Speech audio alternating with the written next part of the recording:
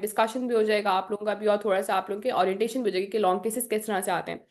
Pattern which we are going to carry इसके, I am going to the patient, ठीक है, और आप लोगों से एक्सपेक्ट किया जाएगा कि आप हिस्ट्री ले, हमने टाइमर लगा के, जैसे एग्जाम में आइडियल आपके पास 40 मिनट्स होते हैं, 40 मिनट्स में हमारी लिए कोशिश यही होती है कि आपके पास 20 मिनट्स में अपनी हिस्ट्री कंप्लीट कर लें और आप जो है एग्जामिनेशन अपनी कंप्लीट करें अगेन इन 20 मिनट्स, ठीक है। लेकिन परफेक्ट ये होता है, आइडियल ये होता है कि आप अपना 15 मिनट्स का टाइम रखेंगे, 15 मिनट्स में आप अपनी हिस्ट्री कंप्लीट करें, और 15 मिनट्स के अंदर ही फिर आप 15 मिनट्स से जो हिस्ट्री रह जाए वो आप अपनी एग्जामिनेशन के साथ साथ 15 मिनट्स के अंदर अपनी एग्जामिनेशन कंप्लीट करें। और उसके बाद ये है कि आपके पास जो चीज़ें लास्ट और 10 मिनट्स हैं उसमें बैठ के आप अपने जो आपने हिस्ट्री ली है उसको आप बैठ के सोचें, उसका ओरिएंटेशन करें, उसको आप कंपाइल करें, और आप ये सोचेंगे बैठ के आपने प्रेजेंट कैसे करनी है। ऑलवेज रिमेंबर कि जो आपकी सबसे इंपॉर्टेंट चीज़ होती है ना आपके लॉन्ग केस के अंदर, वो आपकी प्रेजेंटेशन होती है कि आपने अपना केस प्रेजेंट कैसे किए, ठीक है। तो आपने लास्ट के 10 मिनट्स रखने, 5 मिनट्स वैसे भी आप प्लस माइनस रखें, आइटम इतने लॉन्ग केसेस आ जाते हैं कि आपको टाइम ही नहीं होता। तो लास्ट 5 मिनट्स बैठ के आपने अपनी हिस्ट्री को कंपाइल करना है, आपने जो हाइट या वेट ली है उसको आपने सेंटाइल चार्ट पे करना है, ब्लड प्रेशर लिया है उसको आपने सेंटाइल चार्ट से प्लॉट करना है, ठीक है। और फिर लास्ट के 5 मिनट बैठ के आपने सिर्फ और सिर्फ ये प्रैक्टिस करनी है कि आपने किस तरह से अपने केस को प्रेजेंट करना है, किस तरह से आपने बताना है कि आपने अपनी प्रेजेंटेशन कैसे रखनी है, ठीक है। दिस इज़ वेरी इंपॉर्टेंट कि आपने आखिर तक 40 मिनट्स तो होते हैं लेकिन आपने अपना टारगेट 30 मिनट्स ही रखना है, ठीक है। और जो आपने प्रैक्टिस करनी है वो भी टाइमर लगा के, हमेशा प्रैक्टिस आपने 15 मिनट्स की ही करनी है हिस्ट्री की, और उसके बाद ऑब्वियसली जो चीज़ें रह जाएंगी वो तो एग्जाम में भी रहेंगी, तो वो आप विद द एग्जामिनेशन साथ साथ करते रहेंगे, ठीक है। तो the most important point examination में जो आपके पास लॉन्ग केस में आता है, जो फेलियर की वजह होती है, ज़्यादा वजह यही होती है, या तो आपके पास टाइम मैनेजमेंट नहीं हो रहा होता, और सेकंड मोस्ट कॉमन वजह होती है आपकी प्रेजेंटेशन की, कि presentation up to the mark नहीं होती, एग्जामिनर खुश नहीं होते आपकी प्रेजेंटेशन से, ठीक है। Okay, and I want to add another point here कि जो आपकी प्रेजेंटेशन होती है बेसिकली जब वो आपसे कहते हैं कि आप प्रेजेंट करें तो डिडंट वांट कि आप पूरी हिस्ट्री उन्हें सुनाना स्टार्ट कर दें तो आपने समराइज करके उन्हें सुनाना होता है यू दे नीड समरी क्योंकि उन्होंने हिस्ट्री तो आपकी पूरी जब आप ले रहे हैं तो उन्होंने साथ साथ सुनी हुई है तो जो डॉक्टर हिरा जितना आपको बार बार बता रही है ना कि जो आपने टाइम बचाना है और उसमें बैठ के प्रेजेंट करने के बारे में सोचना है तो बेसिकली आपने समरी बनानी है और समरी को आपने इस तरह करना है कि उसके बाद फिर आप डीडीज़ के बारे में भी आपने उन्हीं टाइम में सोचना है कि ये मैंने 3 या 4 डीडीज़ बताने हैं। तो ये आपने उस टाइम अगर आप 40 मिनट्स के ऊपर हिस्ट्री खत्म करें तो आपके पास तो टाइम ही नहीं होगा हिस्ट्री एग्ज़ामिनेशन के बाद अपनी थॉट्स को कंपाइल करने का। तो समरी बनाना बहुत ज़रूरी है। ठीक है, अभी हमारे पास कितने कैंडिडेट्स हैं? आप लोगों को क्लैरिटी है इस चीज़ की? Are we clear? अभी हमारे पास कौन कौन है जो अभी पार्ट 2 के रीसेंट एग्जाम में जो है ना अपेयर होने वाला है? आवाज़ आ रही है सबको मेरी? आप लोगों में सच वॉलंटियर कौन कर रहा है? उन्हीं से पूछ लेते हैं फिर।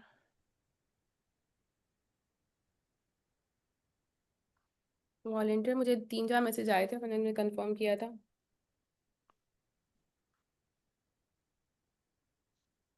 एक मिनट है।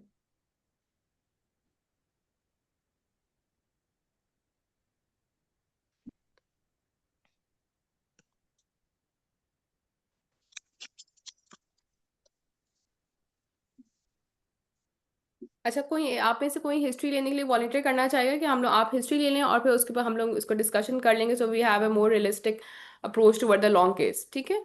Any one of you want to volunteer to take history? नान सहार, आमना, असमा, डॉक्टर मोर तो हमारे साथ पहले भी थी। डॉक्टर मोर का आप हिस्ट्री लेना चाहेंगी? हम्म, इससे घबराने वाली हम्म, बात नहीं है, इट्स गुड कि आपकी प्रैक्टिस हो रही है, आप एग्जाम में जाके जो गलतियां करें उससे बेहतर है कि आप यहाँ पे गलतियां कर लें, ठीक है। आपने बेसिकली नेफ्रोटिक सिंड्रोम, आपको वैसे केस पहले से पता है, ठीक है। तो आपने बस हिस्ट्री लेनी है, उसके बाद हम डिस्कस कर लेंगे क्या क्या चीज़ आपने पूछी, क्या क्या। सबसे पहली बात ये कि हम लोग टाइमर लगा के लेंगे तो you will have an idea. मुझे सिर्फ 3 लोगों ने कंफर्म किया था and वो अभी शायद आई नहीं है, उन्होंने ज्वाइन नहीं किया, बहरहाल। हम मुझे आप 2 to 3 इंटरेस्टेड मिनट्स हैं तो मेरा वेट कर लेते हैं अगर क्योंकि चलें ठीक डॉक्टर है। का मैसेज आया है कि शी वो don't want to do it. Basically बच्चों, हम्म। आप लोग अगर पार्टिसिपेट नहीं करोगे ना, तो मेरे और डॉक्टर हिरा के सिर्फ बोलने से तो कोई फायदा नहीं होगा। बिकॉज आप हिस्ट्री लोगे तभी हम आपको बता सकते हैं कि क्या मिस्टेक्स हम लोग कॉमनली करते हैं, कैसे हिस्ट्री लेनी चाहिए थी, क्या उसके अंदर इम्प्रूवमेंट है, कैसे समराइज करना है, कैसे केस डिस्कशन होगी। सिर्फ हमारी बातों से तो नहीं आपको समझ आएगा ना बच्चों। और ये तो एक प्रैक्टिस क्लास है, इसमें तो कोई मार्क्स तो नहीं मिल रहे कि अगर कुछ बुरा हो गया तो कुछ लॉन्ग टर्म उसका अफेक्ट होगा। यही लॉन्ग टर्म, यही अच्छा अफेक्ट होगा कि एग्जाम में आप लोग कॉन्फिडेंटली परफॉर्म कर सकेंगे।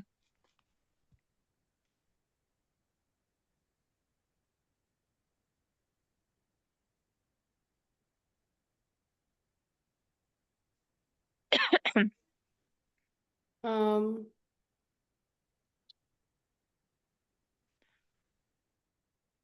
बच्चों, नेफ्रोटिक सिंड्रोम तो आप लोगों ने अपनी ट्रेनिंग में कितना ज्यादा देखा होगा ना, तो इतनी वरीसम चीज तो नहीं है। जिसने भी 4 साल ट्रेनिंग की है, नेफ्रोटिक तो एक पेट केस है। नेफ्रोटिक है, थैलेसीमिया है, सीपी है, ब्रोंकिक्टिसिस है। ये तो आप लोग जब जाते होंगे वार्ड में, कोई नेफ्रोटिक पड़ा हुआ होता होगा, तो आप लोग हिस्ट्री के लिए कोई बुक्स खोलने की जरूरत तो नहीं पड़ती होगी, फौरन ही खुद ही लेना स्टार्ट कर देते होंगे कि यार this is a important case, और इसके तो ले लेके हिस्ट्री बंदे को फिंगर टिप्स पे होती है। तो और अगर जो नहीं आएगी तो नॉट अ बिग डील, हम लोग अभी इधर इसीलिए हैं कि हम डिस्कस कर लें।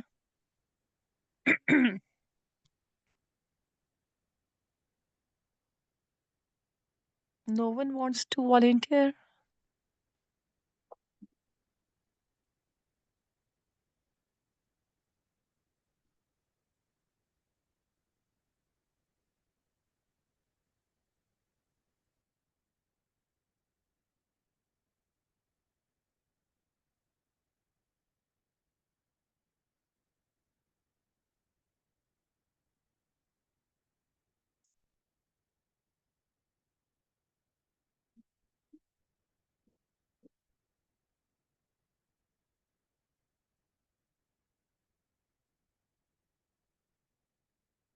अच्छा, हेलो, अस्सलाम वालेकुम।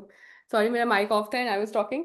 अच्छा, ये कि हमने डॉक्टर हयात है हमारे साथ, because he texted me thrice कि he wanted to participate and he wanted एक history, but he is not here yet, right? ठीक है, हम आपसे ना हिस्ट्री के पॉइंट डिस्कस कर लेते हैं। ठीक है doctor Aamna, are you there? ठीक है, हम हेलो, आपसे ना सॉरी। हिस्ट्री के पॉइंट्स, हाँ, हम आपसे पॉइंट हिस्ट्री के वो पॉइंट्स डिस्कस करते रहेंगे। अगर मैं आपको नेफ्रोटिक सिंड्रोम का सपोज केस आ रहा है तो आपके पास पहले आपने ये बताएं कि आप प्रेजेंटिंग कंप्लेंट्स में आपकी क्या एक्सपेक्टेशंस होती हैं कि किस तरह से पेशेंट प्रेजेंट कर सकते हैं। ठीक है, और आप सबने पार्टिसिपेट करना है, हम आपसे क्वेश्चनिंग आंसरिंग करेंगे ऑन द हिस्ट्री, तो आप लोगों ने साथ साथ हमें पार्टिसिपेट करके बताना है। ठीक है, एनीवन आपकी प्रेजेंटिंग कंप्लेंट्स क्या हो सकती है for nephrotic syndrome? Body swelling के साथ आ सकता है बच्चा। Yes and? फीवर के साथ आ सकता है। ठीक है, एंड? एन यूरिया के साथ, ओलिग यूरिया के साथ। एंड के साथ आ सकते हैं। ठीक है, स्वेलिंग कहाँ कहाँ की हो यूरिया के सकती है? साथ स्वेलिंग पेरी ऑर्बिटल पफिनेस हो सकती है, आपके एब्डोमिनल हम्म। डिस्टेंशन हो सकती है, जनरलाइज एब्डोमिनल स्वेलिंग हो ठीक सकती है। है, जनरलाइज बॉडी हो सकता है। ठीक है, जनरलाइज बॉडी स्वेलिंग हो सकती है। ठीक है, और बाकी आपने कहा फीवर, फीवर और फीवर की क्या क्या चीजें आप पूछेंगे? आप कहाँ पे एक था भाई? एक एक कहाँ कॉमन लग गया वर्ड जी आपके होता यहाँ? मैं है, सो रहा था। क्या कहते हैं उसको हम जब हिस्ट्री लेते हैं? डायोप्रा। ठीक है, आपने ये वर्ड तो देखा होगा ड्यूरेशन। निमोनिक बहुत जगह, डायोप्रा। ठीक है, डायोप्रा की क्या क्या चीजें आती हैं? ड्यूरेशन, ड्यूरेशन, इंटेंसिटी, आपकी onset. Intensity, onset, aggravating relieving factors, yes, association. Association. ठीक है, तो ये आपकी जो भी प्रेजेंटिंग कंप्लेंट्स होंगी वो उसकी आपने डायोप्रा पूरा करना है। ठीक है, की वन थिंग इन माइंड कि आपके पास नेफ्रोटिक सिंड्रोम, इवन जो नॉन नेफ्रोटिक सिंड्रोम्स हैं वो जो आपके साथ प्रेजेंट करते हैं, साथ कोई ना कोई सा, मेरे पास जो अभी केस था उससे बच्चा प्रेजेंट करता है विद फीवर एंड कॉफ के साथ। ठीक है, तो आपने कंप्लीट जो प्रेजेंटिंग कंप्लेन है उसकी हिस्ट्री लेनी है डायोप्रा, पूरे की डायोप्रा। आपने एडिमा की भी लेनी है, फीवर की भी लेनी है, और अगर साथ में कॉफ आ रहा है, अगर फीवर बता रहा है तो फीवर की एसोसिएशन आपने पूछनी है, कॉफ और फीवर की क्या क्या एसोसिएशन आप पूछेंगी? Burning micturition, hmm. Abdominal pain, abdominal pain, yes. Severe abdominal distension के साथ, ठीक है। हेमेटूरिया, हेमेटूरिया के साथ बर्निंग मिक्चरेशन, और यस, बर्निंग मेचुरेशन हो गया, वो आप यूटीआई को रूल आउट करना चाह रही हैं, आपने एब्डोमिनल पेन राइगर्स पूछा, एंड चिल्स, डिस्टेंशन पूछ मलेरिया लिया। का देख लेंगे। और हाँ, मैं आप rigors and chase rigors and पूछेंगे चिल्स, फॉर मलेरिया के लिए मलेरिया। हम पूछ सकते ठीक है, हैं। क्योंकि अभी जी। फीवर आ रहा है, साथ स्वेलिंग आ रही है, तो फीवर को आपने पूरा रूल आउट करना है, ठीक है। फीवर को आपने एज अ सिम्टम लेकर चलना है, ठीक है। हो सकता है वो नॉन नेफ्रोटिक सिंड्रोम हो और अभी आपके साथ सिर्फ और सिर्फ फीवर के साथ प्रेजेंट कर रहा हो, ठीक है, कोई और मसला ना हो। तो ये अक्सर ऐसा होता है कि नेफ्रोटिक सिंड्रोम या थैलेसीमिया वाले पेशेंट्स होते हैं और वो नॉन पेशेंट होते हैं, तो ये खासतौर पर प्रॉब्लम आता है नॉन पेशेंट्स के साथ, कि वो अभी प्रेजेंट कर रहे होते हैं फीवर के साथ या इवन एक्यूट गैस्ट्रोएंटेरिटिस के साथ। और हमारी पूरी हिस्ट्री फोकस हो जाती है नेफ्रोटिक सिंड्रोम पे, ऐसे ही है। लेकिन बिल्कुल। एग्जामिनर जो, और याद रखें, दो एग्जामिनर होते हैं, एक एग्जामिनर आपका पहला वाइवा लेते हैं 20 मिनट्स को, फिर दूसरा एग्जामिनर आके जो है ना आपका वाइवा लेते हैं। जो फर्स्ट एग्जामिनर होता है वो सिर्फ आपकी हिस्ट्री को फलोटता रहता है, ठीक है, वो आपको हिस्ट्री पे इतने क्वेश्चंस करते हैं, तो उसका सारा फोकस इस पर चला जाता है बच्चा अभी आपके पास क्यों आया, अभी आपके पास बच्चा क्यों एडमिट था। पता चलता है वो बच्चा आपको था मलेरिया, डेंगू या XYZ किसी और चीज के साथ एडमिट था, या सिंपल TB के साथ एडमिट था, नमोनिया है, कुछ भी नमूना के जो साथ फीवर एडमिट था, भी। ठीक है। और आप लोग ना आपने अपनी सारा पूरी हिस्ट्री जो है नेफ्रोटिक सिंड्रोम या थैलेसीमिया के ऊपर रखी, तो आपने जो उसकी प्रेजेंटिंग कंप्लेन है उसका कंप्लीट डायोप्रिया करना है, ठीक है। Duration, intensity, onset, aggravating factor, relieving factor और एसोसिएशन। फीवर है तो फीवर है, सब कुछ पूछना है। अगर वो गैस्ट्रोएंटाइटिस या लूज स्टूल के साथ प्रेजेंट करे तो आपने लूज स्टूल की पूरी एसोसिएशन पूछनी है और बतानी भी है प्रेजेंटिंग कंप्लेन में। जब प्रेजेंट करेंगे तो आपने बताना भी फीवर था, फीवर के साथ ये चीजें थी, और वो आपको फिर आप बताएंगे nephrotic syndrome with acute respiratory track infection या ARI या नेफ्रोटिक सिंड्रोम विद गैस्ट्रोएंटाइटिस, ठीक है। तो आपने इस चीज को जरूर नजर में रखना है, जो प्रेजेंटिंग कंप्लेन्स हैं, आपकी जो मेन सिम्टम्स है, सपोज ट्रांसफ्यूजन के लिए बच्चा आया हुआ है और साथ में उसे फीवर भी है, तो आपने उसको कंप्लीट हिस्ट्री लेनी है। Am I clear? ठीक है। आपने राइटर अगर जो चिक्स भी डिस्टेंशन प्रेजेंटिंग एब्डोमिनल पेन। हम्म। जो भी आपकी प्रेजेंटिंग कंप्लेंट्स है ना, उनसे आपने एक डायग्नोसिस जरूर बनाना है, चाहे भले अभी वो पहले वो नेफ्रोटिक सिंड्रोम था, अभी वो किसके साथ आया है, वो रिलैप्स के साथ आया है, वो किसी फीवर के साथ, कोई माइल्ड इन्फेक्शन के साथ आया हुआ है, तो आपने ये जरूर इस्टेब्लिश करना है कि अभी के क्या उसका डायग्नोसिस है। क्रोनिक तो ठीक है, नेफ्रोटिक है तो वर्ड्स करंटली उससे क्या चीज सफर करवा रही है, तो ये आपने जरूर उसके डिटेल्स भी उसी के बनाने होते हैं। और फिर फँसते ही यहाँ पे कि हम लोगों ने वो किया वही नहीं होते हिस्ट्री में एक्सप्लोर, और वो लोग नेफ्रोटिक पे फॉर एग्जांपल जिस तरह अगर ये केस हम अभी डिस्कस करना चाह रहे थे नेफ्रोटिक का, तो वो आसारों की फोकस ही नेफ्रोटिक के ऊपर चला जाता है और वो पूछना स्टार्ट कर देते हैं कि अभी के सिम्टम्स फॉर एग्जांपल फीवर कॉफ है, तो दे विल आस्क कि आपने और क्या पूछा, आपने नमोनिया या अपर रेस्पिरेटरी ट्रैक इन्फेक्शन इस तरह की रूल आउट ही नहीं किया हुआ होता, तो हम पहुंच ही नहीं पाते कि अभी का क्या, तो आपको बहुत सारे पॉइंट्स लूज हो जाते हैं इस तरह। ठीक है। अच्छा, बाकी आपने फीवर था, आपने यूरिया कल पूछ लिया, बाकी स्वेलिंग के लिए आप क्या क्या पूछेंगे? डोपियारा करके फिर हम उसकी हम्म। एसोसिएशंस पूछेंगे। एक हम जॉन्डिस को रूल आउट करेंगे, मलीना हेमेटोमेसिस हम्म। CLD के लिए रूल आउट करेंगे। फिर ठीक हम है, आपने ज्वाइंटस चेस्ट CLD को रूल आउट कर लिया, और pain, palpitations, orthopnoea, pedal oedema का पूछ लेंगे। हम कार्डियक को रूल आउट करेंगे, कार्डियक कॉज को रूल आउट करेंगे। ठीक है। हम प्रोलॉन्ग डायरिया का, प्रोटीन लूजिंग एंटेरोपैथी को रूल आउट हम्म। करेंगे। ठीक है। वेरी और गुड। फिर हम यही oliguria and urea burning micturition, renal cause को, पेरिऑप्टिक पफिनेस के साथ अगर आपकी ठीक है, स्वेलिंग और स्टार्ट साथ हुई है तो हम ठीक है, रीनल और रीनल कॉज को बात करेंगे। ठीक है, रीनल कॉज में एक और चीज भी आएगी, हेमेचूरिया का जरूर पूछेंगे, ठीक है, हेमेचूरिया फॉर पोस्ट स्ट्रेप्टोकोकल ग्लोमेरुलनेफ्राइटिस आप पूछेंगे, ठीक है। ये चार ही आपकी मेन डिफरेंशियल्स बनते हैं, पांच आगे और जब आपको सब कुछ आते आमना तो आप हिस्ट्री ले लेते, कितना अच्छा हो जाता, हम पूरी हिस्ट्री को डिस्कस कर लेते, it would have been much better. बहरहाल जी। आपके वही है, प्रोटीन लूजिंग इंटेरोपैथी है, CLD है, कंजेस्टिव हार्ट फेलियर है, और फिर आप पोस्ट नेफ्राइटिस है, और थर्ड फिफ्थ हमारे पास नेफ्रोटिक तो है ही है, ठीक है। आपने पहले तो वही बात है कि पूरी जो स्वेलिंग है उसको आपने duration, intensity, onset, progression, progression में हम क्या पूछेंगे उससे स्पेसिफिकली, किस तरह से पूछेंगे कि आप प्रोग्रेशन? ये स्टार्ट कैसे होती है और by the end of the day आप स्वेलिंग सबसाइड हम्म। करती है या नहीं करती है। ठीक है, आपने सेल्फ सेट करती है, निगेटिव कैसे आती है, इसे स्वेलिंग आइडियली कहाँ पे ज्यादातर आती है? Around the periorbital puffiness periorbital होती स्वेलिंग है ज्यादा अराउंड आती है, और फिर आपने स्पेसिफिक कुछ 2-3 क्वेश्चंस पूछने होते हैं जो इंपॉर्टेंट होते हैं, कि आप एग्जामिनर बार बार कहते हैं आपने टेस्टिकल स्वेलिंग का जरूर पूछना होता है, ठीक है, ये रह जाती हैं चीजें। जब आपके पास एब्डोमिनल स्वेलिंग के साथ बच्चा आ रहा है पहले, तो आपने पेरी ऑर्बिटल स्वेलिंग का ही पूछना है, एब्डोमिनल डिस्टेंशन का ही पूछना है, फिर टेस्टिकुलर स्वेलिंग लाजमी पूछेगा। अगर बॉय है तो ये पॉइंट आपसे एग्जाम में लिख लेते हैं, because this is somehow their favourite question. तो आपने टेस्टिकुलर स्वेलिंग का पूछा नहीं पूछा, बिकॉज ये भी क्लासिकली इसके अंदर आती है। फिर पीरियड एडिमा आपने पूछेंगे, पैरों के अंदर सोजन आती नहीं आती, आपने उसकी इंटेंसिटी पूछ लिया, आपने उसकी प्रोग्रेशन पूछ ली कि प्रोग्रेसिव है या अभी आ रहा है, सडन था या किस तरह की उसकी इंटेंसिटी थी। तो इसके बाद एसोसिएशन, जिस तरह आपने मुझे बताया, आपने इसके डिफरेंशियल्स बेसिकली रूल आउट किए थे, तो आपने कौन कौन से थे? एक तो हमारे पास प्रोटीन ल्यूजन टेरोपैथी है, इसमें हम रिकरेंट डायरिया का पूछेंगे, CLD का पूछेंगे, जॉइंटस मेटामेसिस, ये सब चीजें पूछ लेंगे। फिर कंजेस्टिव हार्ट डिजीज है, साइनोसिस और पैल्पिटेशंस वगैरह, एंड देन अगेन हमारे पास आ जाती है पीएसजी एंड हिमेचूरिया का पूछ लेंगे, ठीक है। फीवर मैंने हिसाब से बता दिया, फीवर सपोज यहाँ पे हाई ग्रेड था और फीवर, अच्छा सबसे ज्यादा इंपॉर्टेंट बात हमने ये नहीं पूछी कि स्टार्टिंग में हमने जो है जो इंट्रोडक्शन है उससे हमने क्या क्या चीजें पूछनी है। जब हमने स्टार्ट किया केस बच्चे को तो हम क्या करेंगे? ग्रीटिंग, इंट्रोडक्शन इंट्रोडक्शन, बिटवीन आपकी इनकम सारा, हाँ, hmm introduction, relation with the historian, with the patient, historian की एजुकेशन लेवल, बच्चा वैक्सीनेटेड है नहीं वैक्सीनेटेड है, ओपीडी के थ्रू आया हम्म है, ईआर के थ्रू आया है। यस, ओपीडी या आया है ये ईआर के थ्रू। अच्छा सबसे पहले जब आप जाएंगे ना लॉन्ग केस में, ऑलवेज रिमेंबर आपने जाते सार मदर से आपने कंसेंट लेनी है, उससे पूछना है साले को मेरा नाम डॉक्टर एक्सवाईजी है, मैं आपसे कुछ क्वेश्चन पूछूंगा। और बच्चे से आपने क्या करना है? रेपो मदद से बनाना कंसेंट है, लेनी है बच्चे और से रेपो रेपो बिल्डिंग बनानी, करनी है, repo it's banana, repo extremely building. Important. It's extremely important. बच्चा अगर वहां बैठा हुआ है, आपने जाके उससे हैंडशेक करना है और उससे बात करनी है। एक्सट्रीमली वेरी इंपॉर्टेंट पॉइंट कि आप उससे रेपो बिल्डिंग करें। अस्सलाम वालेकुम, मेरा नाम डॉक्टर एक्सवाईजी है बेटा, हम आपसे जो ना, और प्लीज डोंट से हम आपसे आपकी बीमारी के मुतालिक कुछ सवालात करना चाहेंगे, ठीक है? ये आप बच्चों को कहेंगे? No. No, it's a complete no, ठीक है। एग्जाम में इस चीज़ से बड़ा अफेंड होते हैं, ठीक है। आपने सिर्फ और सिर्फ मदर से क्वेश्चन करने हैं और आपने, आई एम सॉरी, आमना जरा आप बता दें।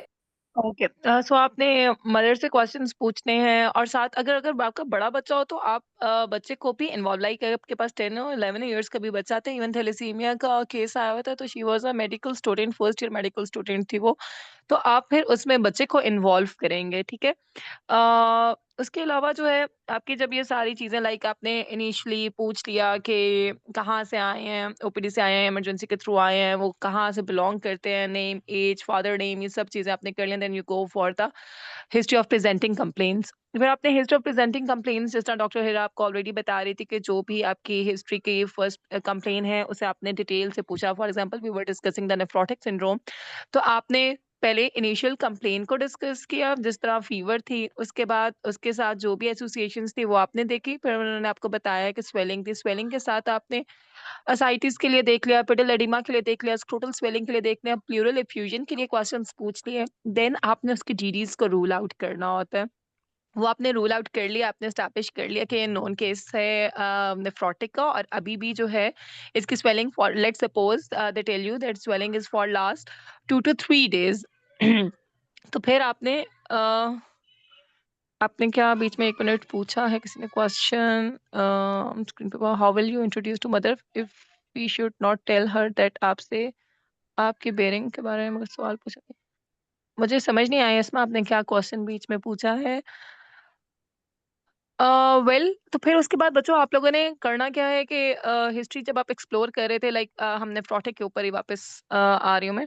तो जब आपने उसके ले लिए कि प्रोग्रेशन और ये सब पूछ लिया स्वेलिंग के बारे में, देन आपने ये देखना है कि पहले का अगर वो डायग्नोज, अगर वो आपको बता देती हैं कि पहले डायग्नोस्ड केस था, तो आप सिंपली यू गो देयर के फर्स्ट डायग्नोसिस कब बना था, कब बीमारी की तशखीस हुई थी, उस टाइम सिम्टम्स क्या थे, सिम्टम्स क्या थे, कहाँ से स्टार्ट हुई स्वेलिंग, कैसे कैसे प्रोग्रेस हुई स्वेलिंग, उसके साथ कोई और सिम्टम्स थे कि नहीं थे। उसके बाद जो है एस्टैब्लिश कैसे हुआ कि it was a nephrotic syndrome, उस टाइम इन्वेस्टिगेशंस क्या हुई थी, आपने डिटेल से पूछना है कि पेशाब के क्या टेस्ट हुए थे, क्या खून के कोई टेस्ट लिए गए थे। वो आपको फिर कई दफ़ा पेरेंट्स पूरी डिटेल्स बताते हैं कि ये आपके कोलेस्ट्रॉल का कोई हुआ था, एल्बुमिन हुआ था, या यूरिन में कोई पेशाब में वो डिपस्टिक करके चेक कर रहे थे। तो वो आपको बताते हैं। तो आपने वो पूरी डिटेल लेनी है कि कितने दिन आप लोगों ने वो डिपस्टिक करते रहे थे, कितने, जब दवाई फिर कैसे स्टार्ट की, गोलियाँ अगर थी तो वो आपको कई दफ़ा बताते हैं कि व्हाइट कलर की गोलियाँ स्टार्ट हुई थी, चावल के दाने जितनी गोली थी, अगर नाम नहीं आता, कुछ को नाम आता है तो वो बताते हैं कि डेल्टा कॉर्टल स्टार्ट हुई थी सिंपल। तो आपने ज़रूर पूरी डिटेल लेनी है, अगर वो नाम नहीं बता रहे तो भी आपने मेडिसिन का पूछना है कि कितनी टैबलेट्स ले रहे थे, किस टाइम पे ले रहे थे, और वो जो मेडिसिन, सॉरी बीच में मेरी अपनी आवाज़ एको हो रही है। ओके, सो आपने डिटेल से पूछना है बच्चों के ये मेडिसिन कितनी वो टैबलेट्स ले रहे थे, और उसके अलावा जब टैबलेट स्टार्ट की थी, उससे पहले क्या कोई टेस्ट करवाया था उन्होंने, लाइक मोनटॉक्स आप करा के देखते हो स्टेरॉइड स्टार्ट करने से पहले? तो जेल में कोई इंजेक्शन लगा के कोई टेस्ट तो नहीं कहा था, जिसमें उन्होंने कहा हो कि 2 से 3 दिन के बाद रिज़ल्ट आएगा, कुछ ऐसा टेस्ट किया हो तो आपने उसकी डिटेल्स लेनी है। फिर आपने हम्म एस्टैब्लिश करना है कि इनका जब आपने स्टार्ट कर दिया डेल्टा कार्टेल, तो कितने टाइम में रिस्पॉन्स आया था? तो उसके बारे में फिर आपने पूछना है कि क्या जब वो अस्पताल में दाखिल था, तो क्या उसका रोज़ पेशाब का टेस्ट होता था? कितने दिन के बाद डॉक्टर ने आपको बताया कि वो बेहतर हुआ या वो बेहतर हुआ ही नहीं? उसके बाद फिर आपने उससे आपको आइडिया होगा कि रिस्पॉन्स कितने टाइम में आया था। Then you will ask them वो आपको कि कितने अरसा आपने गोलियाँ इस्तेमाल की थी, गोलियाँ फिर आपने कब दिन में 1 दफ़ा देते थे, कितनी दफ़ा देते थे? फिर उसके बाद डॉक्टर ने आपको कब शिफ्ट किया जब 1 गोली से 1 दिन छोड़ के आपको 1 गोली देनी पड़ रही थी? आपने ये सारी डिटेल पहले जो फर्स्ट टाइम की डायग्नोसिस की थी वो पूरी लेंगे और उस टाइम की आप एटियोलॉजी का भी चेकआउट करेंगे कि उस टाइम एटियोलॉजी एस्टैब्लिश हुई थी कि नहीं हुई थी, कि जब ये सिम्पटम्स अपीयर हुई थी, उससे पहले बच्चे को कोई बुखार या कोई सर्दी लग के बुखार तो नहीं आ रहा था, कोई मलेरिया का तो नहीं खदशा था, डॉक्टर ने शो किया या कोई उसे काला यरकान तो नहीं हुआ था, उससे पहले कोई हकीमी दवाइयाँ तो नहीं ले रहा था मुँह के ऊपर या कोई या मुँह के अंदर छाले तो नहीं बन रहे थे, चेहरे के ऊपर कोई धब्बे तो नहीं बन रहे थे, लाइक आपने एसएलई के लिए पूछना होता है, एनसाइड्स, कैप्टोप्रिल और इस तरह की जो मेडिसिन्स होती हैं, वो आपने पूछनी होती है। मलेरिया, हेपेटाइटिस बी, सी सेकेंडरी कॉजेज़ होती हैं बेसिकली नेफ्रोटिक की। तो आपने जब आप फर्स्ट टाइम की सिम्पटम्स पूछ रहे होते हैं, हिस्ट्री ले रहे होते हैं, तो आपने उसमें डिफाइन करना होता है कि इस टाइम पे उनकी एटियोलॉजी एस्टैब्लिश की थी कि नहीं की थी, जिस डॉक्टर हम्म ने डायग्नोज़ किया है। देन हम्म फिर आपने डायग्नोस्टिक टेस्ट पूछ लिए, देन आपने सिम्पटम्स पहले पूछ लिए, फिर आपने डायग्नोस्टिक टेस्ट पूछ लिए कि क्या हुए थे डायग्नोसिस वो, और फिर आपने ट्रीटमेंट पूछा। अब ट्रीटमेंट के बाद आपने फिर ट्रीटमेंट की जो भी ट्रीटमेंट है ना, उसके आपने फिर कॉम्प्लिकेशंस के बारे में भी पूछना होता है। लाइक अगर स्टेरॉइड स्टार्ट हुए हैं, तो स्टेरॉइड्स के कोई साइड इफेक्ट्स तो नहीं बच्चे में अपीयर हुए थे, तो अब स्टेरॉइड्स के क्या साइड इफेक्ट्स होते हैं, क्या पूछेंगे? में हम वेट स्टेरॉइड्स के गेन का कौन से पूछ साइड इफेक्ट्स सकते पूछ हैं, वेट गेन का पीडियाट्रिक पूछेंगे पेन और पूछ सकते हैं, पीडियाट्रिक पेन का हम्म कोई उसका वेट गेन का, पॉलीफेजिया का, हेडेक का। हम्म और और कौन से होते हैं? क्वेश्चन और क्या पूछेंगे? और स्टेरॉइड कौन कौन से हैं? और कोई बीएसआर वगैरह का पूछ लेंगे कि शुगर तो बीएसआर का नहीं इसकी पूछेंगे, आपने वेरी इंपॉर्टेंट, यस। उसका कैसे पूछेंगे मदर से बीएसआर का? मॉनिटरिंग का क्वेश्चन क्या पूछेंगे करेंगे? हम। यस, उससे पूछेंगे तो कभी ब्लड इसी शुगर खून चेक की जो है ना, हुई आपने है। शुगर चेक हुई है? ठीक है, और कभी डॉक्टर जी। ने ये तो नहीं बताया कि बड़ी हुई आई है? और क्या पूछेंगे? एक और 1-2 हड्डियों में बहुत दर्द का कॉमन चीज़ें हैं। पूछेंगे, हड्डियों में दर्द का हड्डियों का पूछेंगे। दर्द पूछेंगे, यस। फिर और आप ये पूछ सकते हैं कि सर में दर्द तो नहीं हो रहा, हम्म हाइपरटेंशन के लिए फिर बैठ के उठने में तो नहीं मसला हो रहा, आपने देखना होता है प्रॉक्सिमल मायोपैथी के साइन्स तो नहीं अपीयर हो रहे स्टेरॉइड प्रोलॉन्ग यूज़ करके? ठीक है, फिर हेयर सूटिज्म का आपने पूछना है कि हेयर तो बहुत ज़्यादा ग्रोथ नहीं हो रही हो। सेकेंडली पे आपने ये भी पूछना है कि आपके एग्रेसिव बिहेवियर वेरी इंपॉर्टेंट, कि एट टाइम्स बच्चे में बहुत चिड़चिड़ाहट या एग्रेसिव बिहेवियर तो नहीं आ रहा, which is also candy to steroids. ठीक है, फिर आपने वही बताया हाइट, वेट गेन, हाइपरटेंशन। पे ये भी आप पूछेंगे कि मदर से कि बच्चे का कोई ना कोई ब्लड प्रेशर चेक होता रहा था, कभी ब्लड प्रेशर चेक हुआ है वो नॉर्मल आते हैं, डॉक्टर ने बताया था कि बढ़ा हुआ आता है। ठीक है, और एक चीज याद रखेगा, एक क्वेश्चन आपने एक दफा ही करना है, ठीक है, और उसके बाद उसको रिपीट नहीं करना, ठीक है। एक ही क्वेश्चन को, बहुत बड़ी गलती टॉक से भी करते हैं, लॉन्ग के से भी करते हैं, एक ही चीज को 3 4 तरह से पूछने की कोशिश करते हैं। ठीक है, जब एक चीज आपने एक दफा पूछ ली है, उसको बार बार रिपीट ना करेगा। आपने एक दफा पूछ लिया कि कभी डॉक्टर ने ब्लड प्रेशर चेक किया था, ब्लड प्रेशर बढ़ा हुआ तो नहीं आया, वो कहे नहीं। कभी सर में तो बहुत ज़्यादा दर्द नहीं रहता, उसने कहा नहीं, तो आप move forward towards a hypertension. ठीक है, आपने फिर दोबारा हाइपरटेंशन क्वेश्चन नहीं करना। ये बहुत कॉम्प्ले जो है ना, कॉमन मिस्टेक होती है। आप जब लोगों को लॉन्ग केस देते हुए देखते हैं कि वो एक ही चीज़ को मुख्तलिफ तरह से पूछते रहते हैं, और वो ऑब्वियसली मैं टाइम भी वेस्ट करते हैं एग्जामिनर को भी, और एग्जामिनर देख रहा होता है कि आप एक चीज़ को कितनी दफा पूछ रहे हैं। तो पता ठीक है वो है, ऑफेंड हो रहे होते हैं इस चीज़ से कि आप एक ही बात बार-बार पूछ रहे हैं और इससे ये इंप्रेशन जाता है कि आपने मदर की बात को प्रॉपर्ली सुना ही नहीं था, सुना आपने नहीं, उसे तवज्जो एग्जैक्टली। ही नहीं दी। और वो बहुत खास तौर पे अगर प्रेजेंटिंग कंप्लेन या एचओपीआई में, अगर आप, अच्छा सॉरी, आपने क्या मुझे बताया था पहले, किस तरह से आपने मुझे बताया था? एग्जामिनर इस चीज को बहुत नोट करता है और इस चीज को उनको ये होता है कि इसका मतलब है जब मदर ने ये चीज बताई थी, सपोज आप रिलैप्सेस भूल गए या कोई उसने एक चीज दोबारा आपने पूछ ली, तो एग्जामिनर को होता है कि इस जब मदर ने पहले बताया था तो इसने गौर ही नहीं किया। वो इतना मदहोश है अपना लिखने में, खासतौर पर जब लिख रहे होते हैं बहुत ज्यादा पेपर्स में, कि आपने सुना ही नहीं मदर ने क्या कहा। ठीक है, ये तो आपके पास स्टेरॉइड के साइड इफेक्ट्स हो गए। और कई किन चीजों के साइड इफेक्ट जो आपके स्टेरॉइड स्पेयरिंग एजेंट्स हैं, उनमें आपके पास क्या क्या साइड इफेक्ट्स आते हैं? और एक और इम्पोर्टेंट चीज, बच्चे का नाम भूल जाते हैं, एज भूल जाते हैं, ये भी एक बहुत हाँ हाँ, बड़ा ये वो भी होता है कि इसके ऊपर वो आपको कहते रहते हैं ना कि बच्चे को और क्या हुआ, बच्चे को क्या हुआ। तो try to use the name of the child, जो भी नाम है आप उसकी वेरी मामा से इंपॉर्टेंट। पूछेंगे। फॉर एग्जाम्पल उमर है तो उमर को क्या हुआ, ताकि आपको याद हो। आखिर में नाम और एज नहीं याद आ रही होती। अच्छा, ये चीज जो है ना, आप अभी किसी ने क्वेश्चन है पढ़े, डॉक्टर हिरा ने कहा ये नहीं पूछना, आपने बच्चे से नहीं पूछना, मदर से तो आपने पूछना है कि ठीक है मैं आपके जो है ना बच्चे का मुआयना करूंगी, या मैं बच्चे से आपसे बच्चे की बीमारी के बारे में सवाल करूंगी। This is an adult conversation. ठीक है, बच्चे से आपने रैपो बिल्डिंग करनी है, बच्चे से आपने इतने भारी भारी लफ्ज यूज नहीं करने के मैं आपसे आपकी बीमारी का बारे में पूछने आया हूँ। बच्चा ड्यूरिंग मना रैपो कर दे, आप बिल्डिंग बच्चे से उससे। परमिशन ठीक है। अडल्ट को परमिशन देगा ना, क्योंकि वो तो समझ रहा है कि आप ले रहे हैं। हम्म। बच्चा आपको कह देता है, आप उसे कहते हैं कि मैं आपको मुआयना कर लूं, वो कहते हैं नहीं करना, देन व्हाट? यस। और द एडल्ट को एग्जामिनर बोले तो आपको पता होना चाहिए कि adult age for consent is 18 years. ठीक है, पाकिस्तान में तो बच्चे से वैसे भी आपने कंसेंट, उसे रेपो बिल्डिंग करनी है। अस्सलाम वालेकुम बेटा, क्या हाल है, बहुत फ्रेंडली कॉन्फिडेंटली आपने जाना है बच्चे से हैंड शेक करने, क्या हाल है बेटा, कैसे हो, अरे ये तुम्हारे लिए मैं टॉय लाए हूँ, शॉर्ट केसेस में भी लॉन्ग केसेस में। उससे आपने अपनी जनरल बातें करनी है। आप डॉक्टर हैं, आप XYZ हो, उस चीज़ से कोई गर्ज नहीं, आपने मदर से ये सारी बातें करनी है।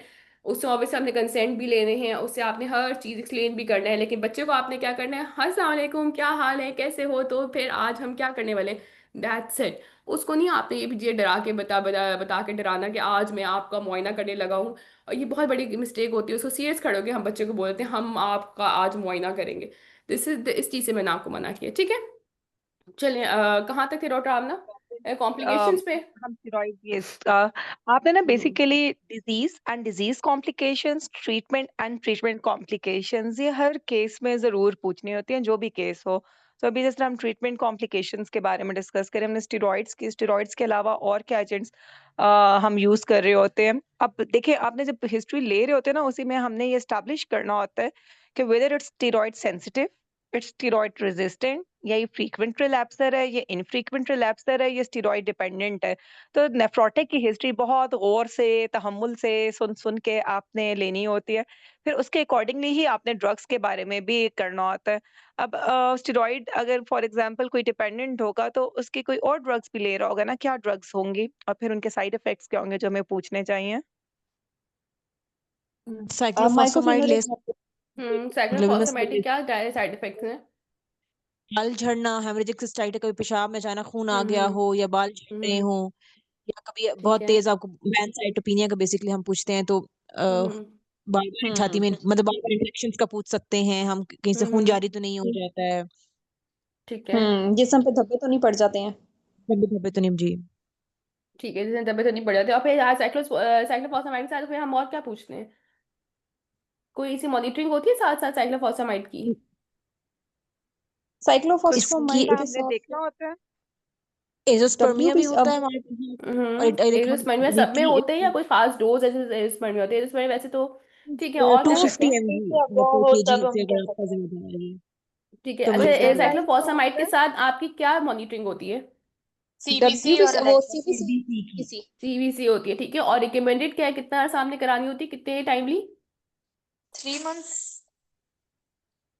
3 मंथ्स होती है या से कम होती है?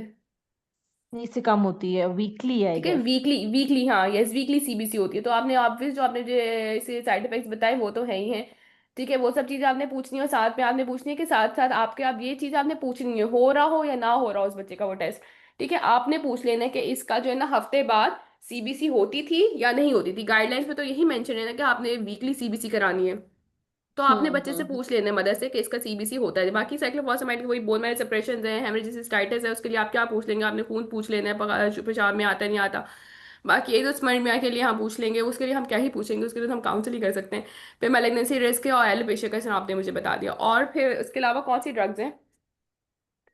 के अलावा साइक्लोफॉस्फेमाइड है, कीटोरेज के नाम से जो साइक्लोस्पोरिन, MMF आती है। है। ठीक है, MMF के अंदर क्या क्या आती है MMF, साइड इफेक्ट्स? उसमें डायरिया होता है, डायरिया एब्डोमिनल पेन ठीक है। होती है। हम्म। और और उसमें भी जो है ना वो बॉडी में वो होते हैं जिसमें पे धब्बे पड़ते हैं, क्योंकि उसमें भी जो है ना वो WBCBC में जो है ना वो सेल काउंट्स कम होते हैं। सेल काउंट से भी पैनसाइटोपेनिया हो सकता है। ठीक है। और अच्छा, ट्रीटमेंट क्या है ड्यूरेशन के एमएमएफ की? MMF 12 मंथ्स देते हैं, ठीक है, 12 मंथ्स के लिए होता है। ठीक है, उसके आपने ये क्वेश्चन साथ साथ पूछना होता है कि अगर वो स्टेरॉइड स्पेरिंग एजेंट्स के ऊपर यूजली पेरेंट्स को नाम ही नहीं पता होते हैं, ठीक है, 90% नहीं पता होते हैं, बस दूसरी दवाई शुरू कर दी थी, या वो सेल सेप्स वगैरह बता देते होते हैं। ठीक है, तो आपको पता होना चाहिए कि 12 महीने का उसने इलाज शुरू किया, तो वो आप और मैडम ये अगर हमें पेरेंट्स को वीकली नाम देना होता है नहीं ना? पता होते, तो ये मैंने इसलिए पूछा है कि आप उनसे पूछेंगे कि कितने अरसे का डॉक्टर साहब ने आपको इलाज बताया। ठीक है, तो बच्चों वो को आपको क्या ट्रीटमेंट बताएगा कि नहीं आने 12 महीने चाहिए। का डॉक्टर ने कहा है कि हमें 12 महीने या साल पूरा जो है ना हमें इसकी इलाज करवाना है। ठीक है, और साइक्लोफॉसफेमाइड आईडी कितने टाइम के लिए देते हैं?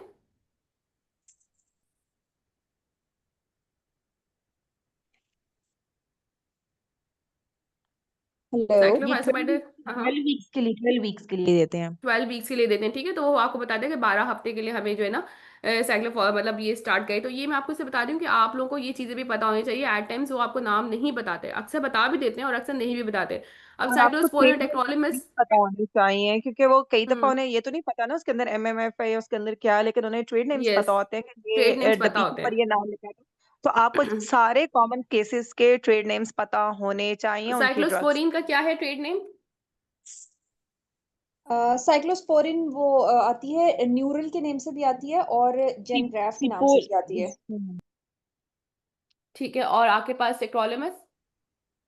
टेक्रोलिमस आइनोग्राफ के नाम से आती है और टेकग्राफ के नाम से आती है। टेक के नाम से आती है। ठीक है, और इसके बाद कौन सी रहेगी आपके पास? लेबेमेसोल, कीट्रिस लेवामिसोल, जो हम केट्रिस केट्रिस कैट्रिस के नाम से आती है। ठीक है, और फिर साइक्लोफॉसमाइड, एंडोक्सिन साइक्लोफॉसम, के नाम से। एंडोक्सिन, साइटोक्सिन। एंडोक्सिन के नाम से। ठीक है, मैं एक रिवाइज कर देती हूँ कि आपको साइक्लोस्पोरिन न्यूरोल के नाम से आती है, सिरप टैबलेट और सीकोपोल के नाम से भी आती है। ठीक है, और सेकेंडली आपके पास आ जाती है साइक्लोफॉसमाइड, साइक्लोफॉसमाइड एंडोक्सिन के नाम से आती है। ठीक है, लिबरमेसोल कैट्रिस के नाम से आती है, और एमएमएफ आपके पास आती है सेलसेप के नाम से। ठीक है, सेल्फ। वो से यही आपके पास यूज हो रही होती है जो है यस। ट्रीटमेंट। ठीक है, और दूसरी बात आपको ये पता होनी चाहिए इनकी ड्यूरेशन। ठीक है, आप क्योंकि एट टाइम अगर पेरेंट्स को नहीं नाम पता, तो ड्यूरेशन आपको पता होनी चाहिए कि इसकी कितनी कितनी ड्यूरेशन है। आपके पास साइक्लोस्पोरिन टेक्नोलिमस की भी कितनी ड्यूरेशन होती है? एटलीस्ट 12 मंथ्स होती है। ठीक है, साइक्लोफॉसमाइड की 12 वीक्स होती है। लेवोमेसोल कब तक देते हैं?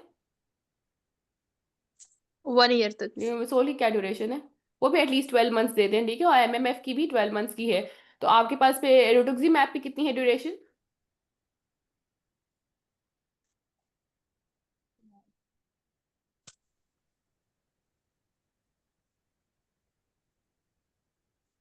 रिटुक्सीमैब की 1 to 4 डोजेज होती हैं। ठीक है, वो आईवी, वो एडमिट करके आईवी डोजेज लगती हैं रिटुक्सीमैब के। तो ये सिर्फ वाहिद वो है जो यहाँ पे आईवी लग रहा होता है।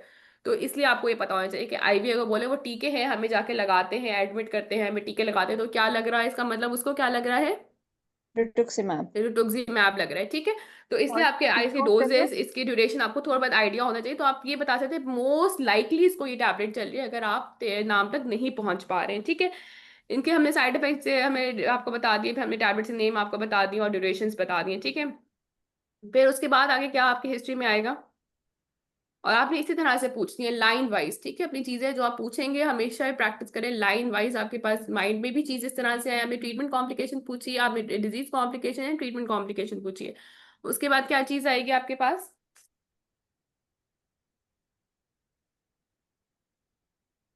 उसके बाद क्या हेडिंग आती है? Disease complication hospitalize. आपने सारी हो गई? डिजीज कॉम्प्लिकेशंस नहीं हुई है अभी सारी हमारे पास, ठीक है, देखो सही है, हमारी ट्रीटमेंट कॉम्प्लिकेशन आई हैं। ठीक है। अब डिजीज कॉम्प्लिकेशंस बताओ बच्चों, क्या क्या क्या पूछेंगे हम लोग। डिजीज कॉम्प्लिकेशंस कौन कौन सी आएंगी? इसमें डिजीज में तो हम इन्फेक्शंस होते हैं, इन्फेक्शंस। ओके। इन्फेक्शंस पूछेंगे, सबसे पहले एसवीपी को रूल आउट हम्म। करेंगे। हाँ ठीक है, ठीक जी। है, उसके लिए क्या एसबीपी को। क्वेश्चन पूछेंगे? हम्म। फिर बुखार, पेट में बहुत दर्द और बुखार का पूछेंगे, स्किन इन्फेक्शन का पूछ लेंगे हम। साथ में हम इससे और क्या डिजीज कॉम्प्लिकेशंस है? ठीक है, यूटीआई में पेरिटोनाइटिस के हम अलावा। यूटीआई का बर्निंग मिक्सचरेशन का, फीवर का, उसका पूछ लेंगे। इसके अलावा इसकी हम और बोसिस को रूल आउट करेंगे। इसमें हम पूछेंगे कि सडन एब्डोमिनल पेन विद पेट में बहुत सख्त दर्द होता हो और छोटे पेशाब में, खून आता हो। ठीक है। स्ट्रोक और स्ट्रोक को हम इसमें हम स्ट्रोक को भी कर सकते हैं। जिसम में कोई कमजोर हिस्सा तो नहीं है, कमजोरी तो नहीं आ गई है। ठीक है। और इसका मैडम इसका बहुत मैडम बेसिकली कॉमन सा निमोनिक, सेलुलाइटिस के लिए पूछते इसका हैं। इसका बेसिकली जो निमोनिक है ना वो हिट है, HIT। इसमें होता है हाइपोथायरॉइडिज्म के लिए हमने पूछना होता है, सेकंड हमने इन्फेक्शंस के लिए पूछना होता है, और थर्ड में हमने थ्रोम्बो एम्बोलिक जो थ्रोम्बोटिक कॉम्प्लिकेशंस हैं उसके लिए हमने पूछना होता है। ठीक है। ठीक है। और इसमें था हाइपोथायराइडिज्म क्यों हो रहा होता है?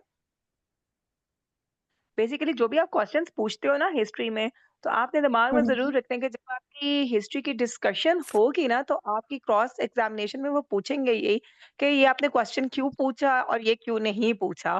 तो जब आपने जो भी क्वेश्चन पूछा, आप जिस तरह लाइक आप कह रहे हो कि इसमें आप हाइपोथायराइडिज्म को रूल आउट करना चाहते हो, तो व्हाई हाइपोथायराइडिज्म?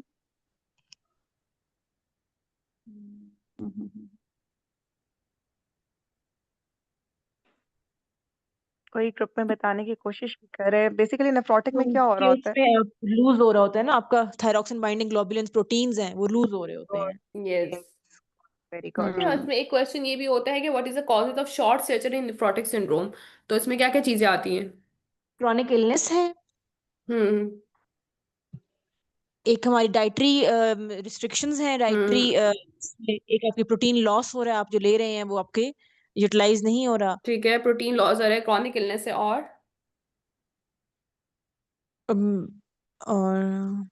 और यही एक तो हाइपोथायराइड रिस्क है। और हाइपोथायराइड का ये यूज आपके ऑफ पास क्या था? स्टेरॉइड्स, क्या किस वजह से हो रहा था, अभी क्या बताया डॉक्टर साहब ने? Use of steroids. ठीक है, स्टेरॉइड्स स्टीरॉयड। भी कॉज है। ठीक है, स्टेरॉइड्स है। थायराइड बाइंडिंग ग्लोबुलिन जो है वो लूज हो रहा है तो हाइपोथायराइड हो रहा है, उसकी वजह से आता है। फिर यहाँ पे क्रॉनिक डिजीज है उसकी वजह से आता है। फिर ऑब्वियसली प्रोटीन रिस्ट्रिक्शन है उसकी वजह से आता है। रिपीटेड हॉस्पिटल एडमिशन होते हैं उसकी वजह से आता है। और थर्ड एक और कॉज रह जाती है, वो क्या है? Endocrinologically cause. Insulin like growth factors भी रिलीज होते हैं विद थायराइड। ठीक है, वो भी उसी तरह जो है ना आगे पास लूज हो रहे होते हैं, तो उसकी वजह से भी बच्चे को शॉर्ट स्टेचर होता है। तो अगर हम बात करते हैं शॉर्ट स्टेचर इन नेफ्रोटिक सिंड्रोम, तो इसकी तीन चार कॉजेज होती है। स्टेरॉइड यूज हो गया, क्रॉनिक डिजीज होगी, insulin like growth factor lose हो रहा होता है, और थायराइड बाइंडिंग ग्लोबुलिन जो है ना वो लूज हो रहा होता है। इस वजह से यहाँ पे हाइपरथायराइड होता है। तो these all are the causes of short stature in nephrotic syndrome. ठीक है, क्योंकि थायराइड का जिक्र हो रहा था तो मैंने कहा ये हम चीज साथ ही डिस्कस कर लें। ठीक है, आपने हाइपरथायराइड के लिए पूछ लिया, और वापिस कॉम्प्लिकेशंस ऑफ डिजीज पे आपने शॉर्ट स्टेचर का भी पूछना है कि आपको ये तो नहीं लगता कि बाकी बच्चों से छोटा तो नहीं रह रहा। हम्म। ठीक है। ठीक है, और क्या क्या पूछेंगे? और इसमें हीमोचूरिया का पूछेंगे, एब्डोमिनल पेन का, रीनल वेन थ्रोम्बोसिस के लिए पूछेंगे, और ये सडन सीनर वेन शॉर्टनेस थ्रोम्बोसिस का। सडन शैडो और शॉर्टनेस ऑफ ब्रेथ का पूछ लिया। वो पल्मोनरी ठीक है, एम्बोलिज्म बाकी के लिए फिर हमने पूछेंगे। फिट्स का जरूर पूछना है। फिट्स के लिए दो तीन एटियोलॉजीज के अंदर, एक तो वही बात आपके पास स्ट्रोक की एटियोलॉजी आती है, और सेकेंडली फिट्स की क्या कॉज हो सकती है इसके अंदर? Fits hypertension. की, हाँ हाइपरटेंशन के ठीक है, साथ। हाइपरटेंशन, और वो तो आपने फिट्स का पूछ लेना है। ठीक है, और फिर साथ में आपने वही मैंने आपको बताया था शॉर्ट सर्जरी का पूछ लेना है। फिर ट्यूबरक्लोसिस का आपने जरूर पूछने के लिए। ट्यूबरक्लोसिस हम क्यों पूछते हैं? क्रॉनिक कॉफ तो नहीं रह रही है, क्यों पूछेंगे? क्योंकि वो फ्लेयर अप करेगा, बच्चा ऑलरेडी स्टीरॉइड्स पे स्टेरॉइड्स, होगा तो डिजीज को स्टीरॉइड। फ्लेयर अप तो करेगा। फ्लेयर अप करता है। ठीक है, तो आपने ट्यूबरक्लोसिस के लिए क्या पूछेंगे? क्वेश्चन क्या करेंगे आप उससे मदर से कि बच्चे को खांसी तो नहीं रह रही बच्चे को, बहुत ज्यादा? ठीक है। यस। क्रॉनिक ठीक है, और वेट लॉस कॉर्निक कफ तो की नहीं रह रही है। फैमिलीज। ठीक है। ठीक है, और कोई कॉम्प्लिकेशन रहती है doctor Aamna? I guess cellulitis भी ठीक है, हमने किया सारी डिस्कस किया। सेरेलाइटिस भी हमने इन्फेक्शन को भी कवर कर लिया। थ्रोम्बोएम्बोलिक इवेंट्स को आपने जैसे आपने माइंड में सर ने हिट बताया है, तो इससे आपके ये होता है कि माइंड में एक स्कीम बन जाती है कि मैंने पहले हाइपोथायराइड बना पूछ लिया, अभी मैंने इन्फेक्शंस पूछ लिया, और ये मैंने थ्रोम्बोएम्बोलिक इवेंट्स पूछे। तो और उसके चार पांच क्वेश्चंस आपने रटाफाई कर लेने कि आपके मुंह से ऐसे निकले थे फटाफट फटाफट। नेफ्रोटिक थैलेसीमिया में ये तो पेट क्वेश्चन है जो कि आते ही आते हैं, तो आपने फटाफट पूछ के इसको खत्म कर देना है। ठीक है। और आपने दोनों सिचुएशन से पूछने हैं, आपने इस एपिसोड में भी पूछना है, और जब आप पास हिस्ट्री ले रहे होंगे तो आपने ये भी पूछना है कि जो इसका कोर्स ऑफ, जैसे हमारा पेशेंट 2 इयर्स का था, तो कोर्स ऑफ डिजीज में कभी ये सब कुछ तो नहीं हुआ। ठीक है, तो पूरा आपने 2 साल का पूछना है, और अगर वो चीज़ पॉजिटिव दे दे तो फिर आप क्या करेंगे? सपोज वो कहती है कि एब्डोमिनल पेन इसको एक दफा हुआ था 1.5 साल पहले, तो फिर क्या करेंगे? हम्म। फिर उसको आप क्या करेंगे? सिंपल सी बात है, फिर क्या करेंगे आप? सॉरी मैडम, आपकी आवाज मुझे नहीं आई, थोड़ा सा दोबारा रिपीट कर देंगे क्वेश्चन? मैं कह रही हूँ कि अगर इसमें से आपने पूरा हिस्ट्री लेनी है, आपने अभी भी इसकी सारी कॉम्प्लिकेशन रूल आउट करनी हो, फिर आपने पूरी जो डिजीज प्रोसेस है उसका साल 2 साल 3 साल का, उसमें ये सारी कॉम्प्लिकेशन पूछने की ड्यूरिंग कोर्स ऑफ डिजीज, और ये सब कुछ नहीं हुआ, और सपोज अगर वो कह देता कि ये हुआ, सपोज वो कहते हैं एब्डोमिनल पेन इसको हुआ था एकदम बहुत शदीद, तो फिर आप क्या करेंगे उसको? वो रिलैप्स फिर के लिए आप होगा सारा, मैडम? नहीं नहीं, अगर वो डिजीज सपोज कहते हैं एब्डोमिनल पेन बहुत ज्यादा इसको एक दफा हुआ था, डॉक्टर ने एडमिट कर लिया, तो फिर आप क्या करेंगे? पूरी हिस्ट्री लेंगे ना उस टाइम पे, कि उस टाइम क्या हुआ, कैसे एडमिट हुआ, ट्रीटमेंट क्या दिया डॉक्टर ने, किस टाइम की बात है, उस टाइम बच्चा रिलैक्स में था, रिमिशन में था। सपोज वैसे भी की ठीक। हिस्ट्री देते कि एक दफा 1.5 साल पहले ऐसा हुआ था कि बच्चा जो था ना पेट फूल गया था इसका, इसको बुखार हो रहा था, डॉक्टर साहब ने एडमिट कर लिया था। तो आप पूछेंगे अच्छा ठीक है, हम्म। इसका मतलब बच्चे को क्या हो रहा है? स्पॉन्टे एचबीपी हो रहा है, अच्छा। ठीक है। ठीक ओके। है, तो फिर इसमें आप स्पॉन्टेनियस। सारी उसे चीजें पूछेंगे कि अच्छा ऐसा था डॉक्टर साहब, फिर एडमिट क्या हुआ, फिर ट्रीटमेंट क्या चला, फिर सारी आपको उसकी भी ट्रीटमेंट वो पूछनी पड़ेगी, ट्रीटमेंट। ठीक है, और फिर ट्रीटमेंट पूछनी पड़ेगी, और ट्रीटमेंट की कॉम्प्लिकेशंस भी साथ में फिर आपने पूछनी है। अच्छा वो इस एचबीपी क्या ट्रीटमेंट होती है वैसे आइडियली? इसमें एंटीबायोटिक्स देते हैं और वो एंटीबायोटिक्स टैब देते हैं, करके। टैप करते हैं, इफ इंडिकेटेड, साथ एनपीओ रखते हैं, आईवी फ्लूइड लगाते हैं। ठीक है, तो फिर आप उससे पूछेंगे अच्छा फिर क्या दिया था, मुंह से खाना पीना बंद तो नहीं कर देता? वो बताएगी हमें ड्रिपें लगाई थी, काफी टाइम में रखा, मुंह से खाना पीना बंद कर दिया था। ठीक है, और सपोज अगर वो कहते हैं वीकनेस हो गई थी, सीधे साइड है बच्चे के एकदम से वीकनेस होना शुरू हो गई थी, तो इसका क्या मतलब है, क्या हो रहा था उसको? सेरिब्रोवैस्कुलर एक्सीडेंट, सीवीए। ठीक है, अब सीवीए की तरफ अगर ये बच्चा चल पड़ता है, तो आपका केस ऑब्वियसली बहुत कॉम्प्लिकेटेड हो जाएगा। फिर आपने सीवीए के लिए क्या करना पड़ेगा? आपको कंप्लीट सीवीए की हिस्ट्री लेनी पड़ेगी। ठीक है, सीवीए की हिस्ट्री में क्या चीजें आएंगी आपके पास? वीकनेस का, बॉडी वीकनेस। हाँ, वीकनेस कहाँ से थी, कब स्टार्ट हुई, कैसे नहीं हुई, पे उसकी सारी जो कॉजेज हैं सीवीएस के, सीएसआर वैसे एक्सीडेंट की, वो भी आपको फिर रूल आउट करनी पड़ेगी। हमें ये नहीं सोचना कि माइंड में दिमाग में बना लेना कि नेफ्रोटिक है इस वजह से सीवीए हुआ होगा। एग्जाम में एक्सपेक्टेशन होती है कि अब आपके पास सीवीए आ गया है, तो आपने क्या करना है, सीवीए की भी कंप्लीट हिस्ट्री लेने विच इंक्लूड कि उसकी भी एटियोलॉजीज आपने पूछनी है। ठीक है, तो फिर इससे आपका क्या होगा, डिजीज है, डिजीज की कॉम्प्लिकेशंस है, और कॉम्प्लिकेशंस की भी जो आगे कॉम्प्लिकेशंस है वो भी आपने पूछनी है। ठीक है, तो आपने उसकी सारी एटोलॉजीज पूछनी है कि अदर अदर कॉजेज सीवियस क्या क्या हो सकते हैं।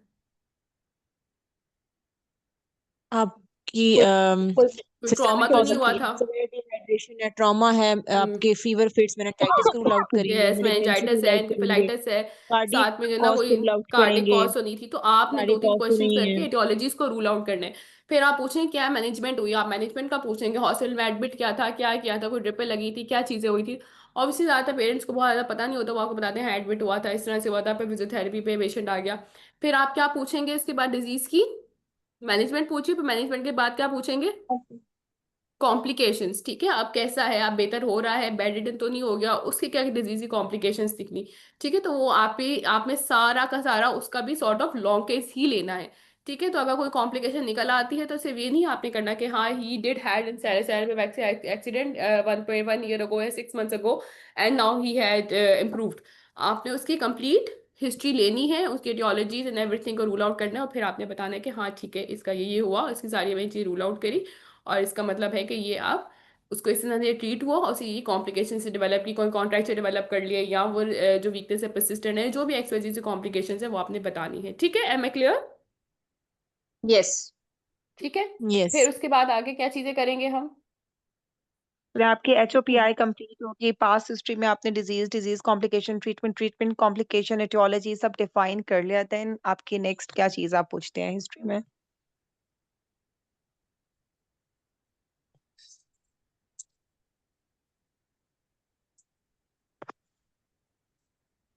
बच्चों जल्दी जल्दी बताओ ना। देखो HOPI हो जाती है, जब पास हिस्ट्री जाती है, फिर क्या, फिर नेक्स्ट क्या पूछते हैं?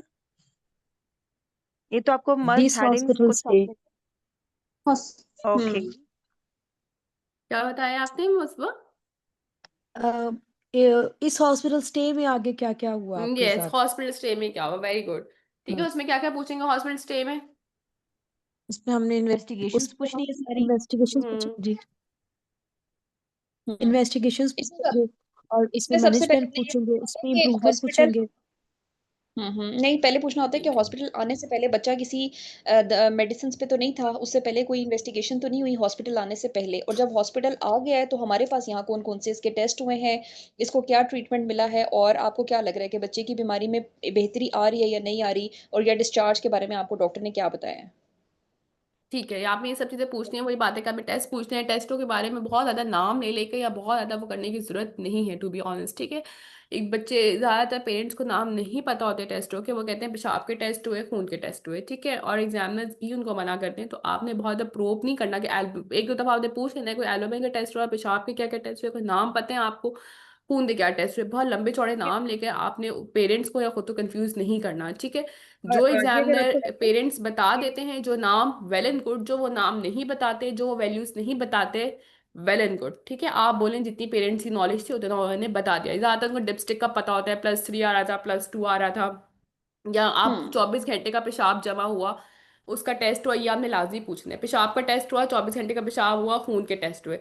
अब एक दफा पूछें कोई अच्छा, तो आपको एल्बुमिन ना वगैरह हुआ, वो हाँ कहे ठीक है, ना कहे मुझे नहीं पता, तो आपने प्रोब नहीं करना, ठीक है। आप सिंपल पूछोगे कि खून के क्या टेस्ट हुए हैं, आपको कुछ मालूमात है, अगर वो बता देते हैं well and good, otherwise move to the next question. और अगर हम्म आपको लगे कि ये स्टेरॉइड रेजिस्टेंट है या इसका कुछ इस तरह, तो आपने फिर पूछना है कि कोई गुर्दे का कोई टुकड़ा लेके तो कोई टेस्ट, क्योंकि बायोप्सी के बारे में आपने पूछना है कि कभी हुई तो है कि नहीं हुई। अगर आपको ऐसा लगे कि वो रेजिस्टेंट है या कुछ इस तरह की हिस्ट्री में जा रहा है, तो आपने हम्म ये फिर उसके लिए स्पेसिफाई करके पूछना होता है, ठीक है। अदरवाइज वो नहीं बताते, बहुत दफा क्लूज नहीं देते जब तक आप नहीं पूछते। ठीक है। ठीक चले, आपके है। हॉस्पिटल स्टे पूछे ना, और वही बात है कि ज्यादा ज्यादा don't put your words in in the patients mouth, always remember, ठीक है। आपने वही पूछना है क्या टेस्ट हुए, वो जो बताए, ठीक है। नहीं बताता तो अच्छी बात है, आप आगे चले, ठीक है। फिर आपने और मोन्टो तो पहले डिस्कस हो चुका है कि आपने मोन्टो चेस्ट एक्सरे का पूछना है। फिर उसके बाद क्या चीजें पूछेंगे? फिर जनरल, हाँ, प्रोटोटाइप हिस्ट्री आ जाएगी। क्या क्या चीजें पूछेंगे हम?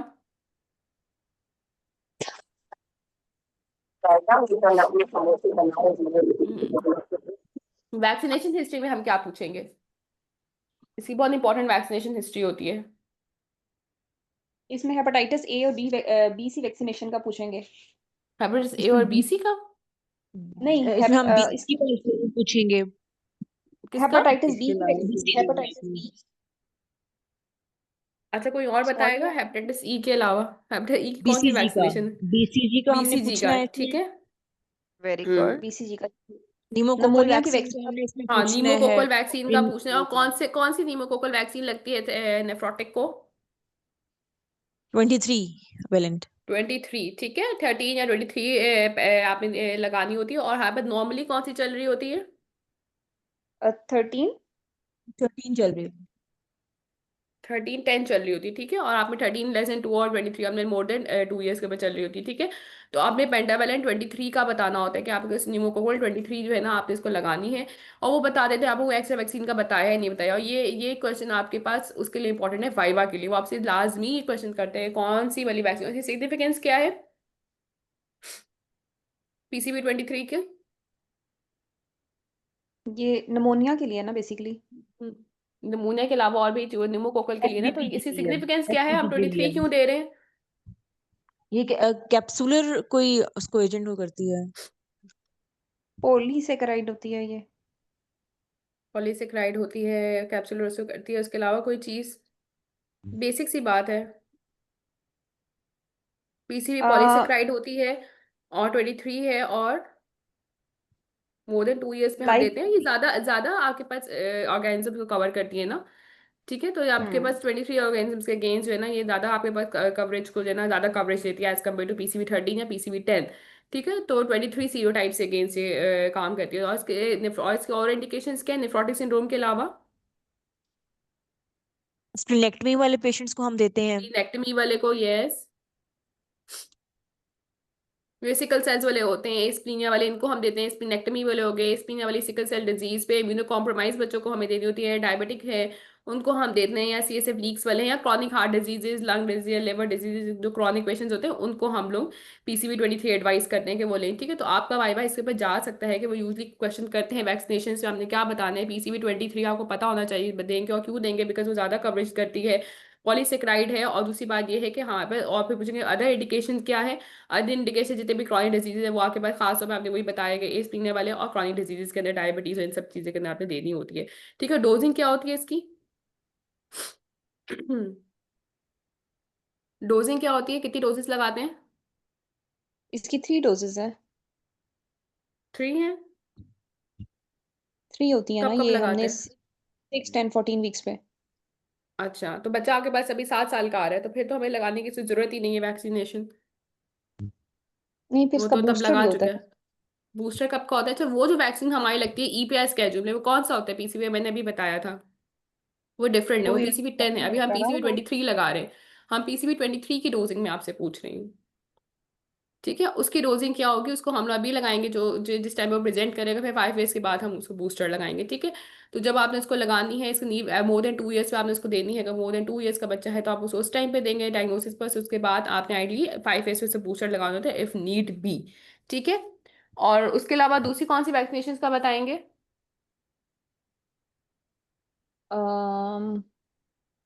मेनिंगोकोकल की भी पूछेंगे। लगाते हैं ना इसमें। इन्फ्लुएंजा वैक्सीन का भी हम बताएंगे इसमें। इन्फ्लुएंजा वैक्सीन करते हैं। इन्फ्लुएंजा वैक्सीन में क्या बताना होता है? अब मैं आपसे ना ईयरली वाइवा और हिस्ट्री दोनों चीजें साथ साथ ही डिस्कस कर रही हूँ, ताकि हमारी चीजें जो है ना वो हो। ठीक है। इन्फ्लुएंजा कौन सी ईयरली लगती है वैक्सीन मतलब। नहीं देनी होती, कुछ ये भी बताना होता है? जी, हम्म। लाइव या वैक्सीन अगर में वेरिसेला की, मीजल सॉरी एमएमआर जो वेरिसेला और उसकी MMR उसके लाइव की। लिए आपसे वैक्सीन वाइवा नहीं दे भी पूछ सकते। सकते हैं। आपने live live vaccine vaccine basically. नहीं देनी होती है। ठीक है, और दूसरी बात ये कि लाइव वैक्सीन वो पूछेंगे आपके पास छोटा बच्चा है घर में 9 मंथ्स का, उसको अभी एमएमआर लगी है, क्या करें? उसको अगर उसको हम MMR लगी तो ड्रॉप पेशेंट को आइसोलेट करेंगे पेशेंट से। Isolate for how many time? 2 weeks. 3 to 6 weeks आपने करना होता है। ठीक है, आपने बच्चे को भी लाइव वैक्सीन से मना करना होता है। दूसरी, अगर उसे फैमिली में किसी को लग रही है तो फिर आपने उसको जो जिसको लग रही है, जो कांटेक्ट में, वो 3 to 6 वीक्स आइसोलेट करना है उसे। ठीक है, और क्या पूछते हैं? इन्फ्लुएंजा वैक्सीन किसी ने कहा था, उसके लिए क्या बताना होता है? ईयरली, हर साल ईयरली लगानी होती है। इसको। साल लगानी होती है, चाइल्ड प्लस हाउस होल्ड को भी। ठीक है, तो वैक्सीन है क्या पूछेंगे हम उससे कि वैक्सीनेशन के लिए आपको किसी ने बताया तो नहीं? कोई खास वैक्सीनेशन लगाने का तो नहीं बताया, और हमारी पॉपुलेशन मोस्ट लाइकली नहीं पता होता उनको। तो हमने बस ये पूछने के वैक्सीन का बताया है, कोई खास वैक्सीनेशन का आपको बताया है लगवाने का, या कोई एहतियात करने का? तो ये 2-3 क्वेश्चन आप उनसे पूछ लेंगे, वो जितना उनको नॉलेज होगी वो आपको उतनी बता देंगे, जितनी बता देंगे। ठीक है, जो अगर नहीं बताती हैं तो again you don't have to probe it again and again, इस तरह की चीजों को जितना उन्होंने बता दिया दैट्स इट। ठीक है, डॉक्टर आमना, एनीथिंग एल्स वैक्सीनेशन पे? Actually, that's it and we should move ठीक है, forward वैक्सीनेशन की now. ज्यादा इंपॉर्टेंस आपकी जो है ना वाइवा के लिए होती है। वाइवा में वैक्सीनेशन का लाजमी वो पूछते हैं, और हम कहीं ना कहीं अटकते हैं नेफ्रोटिक सिंड्रोम के वैक्सीनेशन के ऊपर। ठीक है, फिर आगे क्या पूछेंगे वैक्सीनेशन के बाद? Basic nutrition. प्रोटोटाइप हिस्ट्री है। न्यूट्रिशन, न्यूट्रिशन बर्ड में क्या बताएंगे? अब उसमें बेसिकली इस केस के स्पेसिफिकली हम पूछेंगे कि कोई ऐसा डाइट तो नहीं है जो बच्चे को मना किया गया हो खाने से, कोई हम्म। रिस्ट्रिक्शन तो नहीं बताई हुई है, और उसकी कैलोरीज भी कैलकुलेट करेंगे 24 आवर्स की। Yes, ठीक है, उससे पहले ठीक exactly. है आपने कैलोरी काउंट करनी है, 24 आवर्स के ऊपर डाइट रिस्ट्रिक्शन पूछ लेनी है। आइडियली क्या होती है डाइट रिस्ट्रिक्शन? सॉल्ट रिस्ट्रिक्शन होती है। सॉल्ट रिस्ट्रिक्शन होती है, और प्रोटीन डाइट पे आप बच्चे जो करते हैं, प्रोटीन डाइट पे सॉल्ट रिस्ट्रिक्शन। ठीक है, इससे पहले कोई और इंपॉर्टेंट चीजें नहीं पूछेंगे? बर्थ हिस्ट्री इम्पोर्टेंट है इसमें, birth history. Yes, very developmental. Important. Very birth history important. ठीक है, important. Birth history, development history. ठीक है, बर्थ हिस्ट्री डेवलपमेंट की वही प्रोटोटाइप हिस्ट्री है, कहाँ पैदा हुआ, कैसे पैदा हुआ, बहुत ज्यादा डिटेल में जाएंगे आप इसमें? नहीं। ठीक है, अगर 7-8 साल का बच्चा है तो आपने पूछ लेना, हाँ कहाँ पैदा हुआ, कैसे पैदा हुआ, डेवलपमेंटली पूछेंगे तो चलना फिरना टाइम पे शुरू किया, गर्दन ही टाइम पे संभाली, वो हाँ हाँ बोल दे तो यू ये विल। ऐसे भी पूछ सकते हैं कि अगर 8 इयर्स का बच्चा भी कौन सी क्लास में पढ़ता है, स्कूल में कैसा है, तो अगर वो उस टाइम ठीक है तो ऑब्वियसली अब उसकी बहुत हम्म। सिग्निफिकेंस नहीं है कि उसने कब नेक होल्ड की कब नहीं की। अब अगर उसका बस आप एज एक जनरल सा अप्रोप्रिएटली क्वेश्चन लेते पूछ हैं लीजिएगा, तो बच्चे ने that's चलना fine। फिरना बैठना टाइम पे शुरू किया था, वो बात है बोले या हाँ, या फिर अगर ना केस बोल टू दिया तो केस फिर। वेरी करता है। फॉर एग्जांपल सीएनएस का केस है ना, तो उसमें बहुत इंपॉर्टेंस रखती है बर्थ हिस्ट्री और डेवलपमेंटल हिस्ट्री, कि आपका बच्चे ने कब क्या क्या किया, सारी फिर चारों डोमेन्स आपने देखनी है। अदरवाइज आपने बस एक प्रोटोटाइप क्वेश्चंस पूछने और आगे जाना है। स्पेसिफिकली ये ठीक जो है। लॉन्ग केसेस, जो क्रॉनिक केसेस होते हैं, उनके अंदर ना आगे वाली हिस्ट्री ज्यादा इंपॉर्टेंट होती है, like social history, like impact of the disease on the child and their parents, ये बहुत इंपॉर्टेंट होता है, फिर इसके लिए टाइम नहीं बचता। ठीक है, उसके बाद क्या पूछेंगे? नेक्स्ट आपके पास आ जाएगी फैमिली हिस्ट्री। फैमिली हिस्ट्री में क्या पूछेंगे? फैमिली हिस्ट्री में से अगर कोई नेफ्रोटिक या इस तरह का केस है तो फिर कोई फैमिली में किसी को कोई गुर्दों का मसला तो नहीं था, या फैमिली में किसी ठीक को है, कोई हेयरिंग का सुनने का मसला तो नहीं था, एलपॉट के लिए हम पूछ लेंगे। ठीक है, सही है। बस ये आपने 3-4 मोटे मोटे क्वेश्चन करना है, और उससे पहले आपने क्या पूछना है, फैमिली ट्री बना लेना। Concessional marriage, non concessional marriage, कितने बच्चे हैं, पहला बच्चा कौन सा है, दूसरा कौन सा है, तीसरा कौन सा है, कोई डेथ तो नहीं, फैमिली ट्री आपने बना लेना है, ठीक है। वेरी इंपॉर्टेंट का फैमिली ट्री बनाएं और बना के अपने पास रखें, ठीक है। और बताएं भी, जब वो आपसे पूछे तो कितने कितने बच्चे हैं, क्या क्या एजेस हैं उनकी, ठीक है, और ये बच्चा कहाँ पे लाई करता है, ठीक है। उसके बाद क्या पूछेंगे, फैमिली, और फिर बहुत ज्यादा हाइपरटेंशन डायबिटीज हिस्ट्री नहीं लेनी प्लीज। पेरेंट्स के अंदर अक्सर जो है ना, वो एक पता नहीं क्यों आदत सी बनी हुई है कि वो आपने जो है ना जनरल जो डिजीज डिजीज ओरिएंटेड क्वेश्चन से वही करने हैं, ठीक है। और फिर क्या पूछेंगे, socio economic, social economic, very important, उसमें क्या पूछेंगे। उसमें यही पूछेंगे कि बच्चा जो है वो उसकी मेडिसिन के मतलब कौन ब्रेड अर्नर कौन है घर का, और मतलब सारा जो ये है डिजीज का के एक्सपेंसेस जो है ये कौन मतलब इसको कर रहा है, सारे बच्चे के एक्सपेंसेस और ये सारा कुछ। ठीक है, ओके। उसके बाद फिर क्या पूछेंगे? उसके बाद फिर डिजीज का इम्पैक्ट पूछेंगे कि फैमिली के ऊपर क्या इम्पैक्ट है इसका। कैसे पूछेंगे ये? मतलब इस बीमारी की वजह से जो बाकी घर के अफराद हैं वो भी मुतासिर हो रहे हैं, या फिर मतलब बच्चा मुतासिर हो रहा है, या घर के बाकी अफराद भी इस डिजीज की वजह से बच्चे की मुतासिर हो रहे हैं। तो आप ओके, क्या अब बच्चे पूछेंगे के इसके मुताबिक लिए। क्या? बच्चे को मुतासर होना है, कैसे पूछेंगे। मतलब उसकी रोजमर्रा की जिंदगी की जो जा रहा एक्टिविटीज है हैं। नहीं जा रहा, अगर एक्टिविटीज 7 खेलता ईयर्स है का नहीं बच्चा है तो खेलता, स्पेसिफिकली आप क्या पूछेंगे। स्कूलिंग का पूछेंगे। यस स्कूलिंग, यस, स्कूलिंग का पूछेंगे, ठीक है। जा पा रहा है स्कूल कि जाता नहीं नहीं जा पा जाता, रहा? स्कूल की फर्क तो नहीं पड़ रहा, स्कूल की हर्ष तो नहीं हो रहा, स्कूल की छुट्टियां तो नहीं हो रही है, बच्चा पार्क में खेलने जाता है अपने दोस्तों के साथ, ठीक है। तो ये बहुत बहुत ज्यादा इंपॉर्टेंट है। आप वैक्सीनेशन पूछेंगे, पर डेवलपमेंट, फैमिली फैमिली थोड़ा बहुत आप जल्दी पूछ लें, सोशल में पूछ लें, फिर इम्पैक्ट वेरी। अच्छा, ये वो पॉइंट है जब आप ना क्या शुरू कर देंगे, साथ साथ एग्जामिनेशन शुरू कर देंगे, ठीक है। अगर 15 मिनट आपके हो गए तो आपने क्या करना है, एग्जामिन करते करते भी क्वेश्चंस आप कर सकते हैं, लेकिन आपने पूछना है डिटेल में, चाहे एग्जामिनेशन करते करते साथ में पूछ लें, ठीक है। और क्या क्या पूछेंगे। कंसर्न पूछेंगे मदर का और पेरेंट्स का कंसर्न है बच्चे की डिजीज से रिलेटेड। ठीक है। अच्छा, इम्पैक्ट और कंसर्न और नॉलेज, ये 3 यस, चीजें हैं। What are their understanding of the disease, और उन्हें क्या लगता है कि क्या है बच्चे को। तो ये आपने आखिर में जरूर पूछना है, और ये आपके पास फिर इतना टाइम नहीं रहता, ये आप जब जर्नल फिजिकल एग्जामिनेशन स्टार्ट कर देते हैं और अपनी ये वाली चीजें पूछ रहे होते हैं साथ साथ। अच्छा, ये बात याद रखें कि आपने इम्पैक्ट कंसर्न आपने पूछना डिटेल में है, बट एम्पैथेटिकली, ठीक है। आपने ये नहीं कि मदर पे वो जो ना, अच्छा तो फिर क्या होता है, तो फिर आप उदास तो बड़ी हो जाती होंगी, तो आपने पूछना है लेकिन तरीके से, इस तरह नहीं कि मदर को रुला दें। ये होता है कि एट टाइम बहुत ज्यादा क्वेश्चनिंग करते हैं तो मदर रोने लग जाती है वहां पे कि जो है ना, हाँ जी डॉक्टर साहब हम बड़ा परेशान रहते हैं, ये होता है, ठीक है। तो आपने पूछना है लेकिन तरीके से कि बच्चे पे क्या असर होता है। अच्छा, तो बच्चा परेशान थोड़ा बहुत होता होगा, अच्छा तो आप स्कूल का क्या हर्ष तो नहीं होता, बाकी बच्चों के स्कूल का हर्ष तो इसी वजह से नहीं होता, बाकी बच्चे तो नहीं परेशान होते कि इसकी ये बीमारी है, अच्छा ठीक है। लेकिन आपने, अगर आपको लगता है कि वो बहुत इमोशनल, अंदाजा आपको हो जाता है ना that she is getting very emotional, तो आपने क्या करेंगे, फिर आपका क्या कोर्स ऑफ एक्शन होगा। आप क्या करेंगे, सपोज आपको फील हो रहा है मदर ज्यादा इमोशनल हो गई है, आप क्या करेंगे थोड़ी देर के लिए। क्वेश्चन चेंज करना है। क्वेश्चन चेंज करें, होल्ड कर लें, ठीक है। बाय दिस टाइम आप जाके मेन उससे कोई और सेटिंग क्वेश्चन कर कर ले, लें थोड़ा सा। एग्जामिनेशन शुरू कर लें, ठीक है। फिर बाद में नॉलेज और कंसर्न बाद में पूछ ले, साथ साथ करते हुए, ठीक है। थोड़ा टाइम दे दें या टॉपिक चेंज कर दें, और तसल्ली जरूर दे दें, नहीं कोई बात नहीं, अल्लाह बेहतर करेगा, ठीक हो जाएगा, ठीक है, ठीक हो जाएगा। भाई आपने नहीं बोलना, अगर पेशेंट क्रॉनिक डिजीज है तो आपने नेगेटिव काउंसलिंग नहीं करनी, जो पॉजिटिव जो चीज़ें नहीं पॉसिबल वो काउंसलिंग नहीं करनी, आपने बोले ठीक है अल्लाह बेहतर करेगा, आपने करके टॉपिक हम्म चेंज करने की कोशिश करनी है, ठीक है। लेकिन हम्म आपने डू नॉट कीप क्वेश्चनिंग। तो कहने का मेरा मकसद है कि ये नहीं कि पेरेंट आपको लग रहा है कि जो ना आप अनकंफर्टेबल हो रहे हैं या इमोशनल हो रहे हैं और आप अपनी हिस्ट्री कंप्लीट करने के चक्करों में उसको प्रोव किए जा रहे हैं, तो आपने ये नहीं करना हम्म है। इफ़ यू फील कि मदर अनकंफर्टेबल हो रही है या वो अभी इमोशनल हो रही है, take a break, give herself a break, give take yourself a break. आप थोड़ी देर के बाद क्वेश्चनिंग अपनी कंटिन्यू कर सकते हैं, after giving her a brief ना तसल्ली के, अल्लाह बेहतर करेगा, ठीक है। और यस। इम्पैक्ट कंसर्न आपने कर लिया, और नॉलेज वेरी इंपॉर्टेंट, ये 3 चीजें आखिरी की बहुत इंपॉर्टेंट है। हमने पहले पूरी हिस्ट्री बताई कि वो बहुत इंपॉर्टेंट है, उसके बाद vaccination, development, family, socio economic, और फिर इम्पैक्ट, नॉलेज और कंसर्न। हर केस में बहुत इंपॉर्टेंट है इस चीज़ पे। अगेन जो आपके 15 मिनट्स का हिस्ट्री का वाइवा होता है, इसमें एग्जामिनर बहुत प्रोव करता है।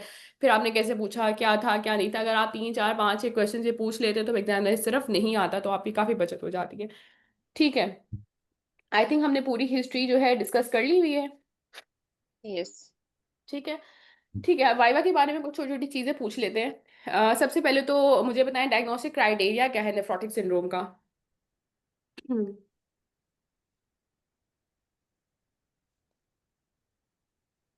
बेसिक से स्टार्ट करते प्रोटीन थे। अगर 3+15 हो, एडिमा हो, हाइपर कोलेस्टेरोल लैब्स का बता दें, लैब्स का बता दें, लैब्स में क्या, ये तो प्रेजेंटिंग कंप्लेंट्स बता रही है ना, लैब्स में आपके 200 डायग्नोस्टिक से क्राइटेरिया ज्यादा का बताएं, लैब्स कोलेस्ट्रॉल बता दें। हम्म प्रोटीन यूरिया होगा, प्रोटीन यूरिया मोर देन हम्म 3.5 फाइन grams से per ना day। प्रोटीन यूरिया 3 कितना plus होगा? 3 plus protein urea cholesterol protein creatinine ratio greater than 2 protein calcium वो ग्रेटर देन डू, और 24 आवर्स कितना होगा, कोई एक बता दे, सानिया बता दे। सानिया आप हाइपर एक्सप्लेन कर दें। कोलेस्टेरोल 200 से हम्म ज्यादा हो cholesterol level, yes. Protein creatinine ratio जो है 2 से ज्यादा हो, और हम्म इसके अलावा जो है एल्बुमिन लेस देन 2.5 हो, ठीक और है, और प्रोटीन 3 24 आवर प्लस हो। Excretion, 24 hour excretion more than 40 mg per meter square per hour या 1000 yes. mg per meter square per day। ठीक है, वेरी इंपॉर्टेंट, ये डेफिनेशंस आपको पता होनी चाहिए। ठीक है, डायग्नोस्टिक क्राइटेरिया हो गया, उसके बाद फिर मुझे डेफिनेशंस कुछ बताएं कि what is steroid sensitive nephrotic syndrome. जिसमें आपका when रिमिश he suffering hmm the steroid, but the child went relapse and after completing नहीं तो इस तरह मैंने भूल गई। स्टेरॉइड सेंसिटिव पूछा है। पूछे इतना बेटे। कॉम्प्लिकेट कर दिया आपने। विद इन फर्स्ट 2 वीक्स जिसमें Child रिमिशन was आ जाए, जो cancer आपका after 4 weeks of the हाँ, steroid. आपने एक मिनट, विद स्टीरॉइड्स इन का अब सारे एक बोलेगा पहले कोई तो फिर समझेगा। एक हम नाम बता देते हैं। हेरा आप बता दें स्टेरॉइड सेंसिटिव, स्टीरॉइड अब एक एक का नाम मैं नाम लेकर बताऊंगी, ठीक है। ठीक है। स्टीरॉइड सेंसिटिव में ये होता है कि जब आपने स्टीरॉइड स्टार्ट की और पेशेंट को विद इन 2 वीक्स रिस्पॉन्स आ गया, इट मीन्स के पेशेंट जो है ठीक वो है, स्टीरॉइड सेंसिटिव है। जब विद इन 4 वीक्स अब कर दिया है, ठीक है, within 4 weeks remission fine, अगर आ आपने गया जो है। डेफिनेशंस है ना, वो आपने क्रिगो वाली डेफिनेशंस ही बतानी है। Complete remission within 4 weeks of prednisolone at standard dose is defined as steroid sensitive nephrotic syndrome. ये डेफिनेशंस फिंगर टिप पे होनी चाहिए, इन पे कोई माफी नहीं है। ठीक है, आमना आप बताएं इनफ्रीक्वेंट रिलैप्सर का, what is the less relapse, then पहले तो ये बताएं what is the relapse. relapse is recurrence of protein urea 3 plus or more with hmm edema हम्म और in a patient who had achieved remission previously. और एक और बात, in more than for more 3 consecutive days, early morning Consecutive. Urine.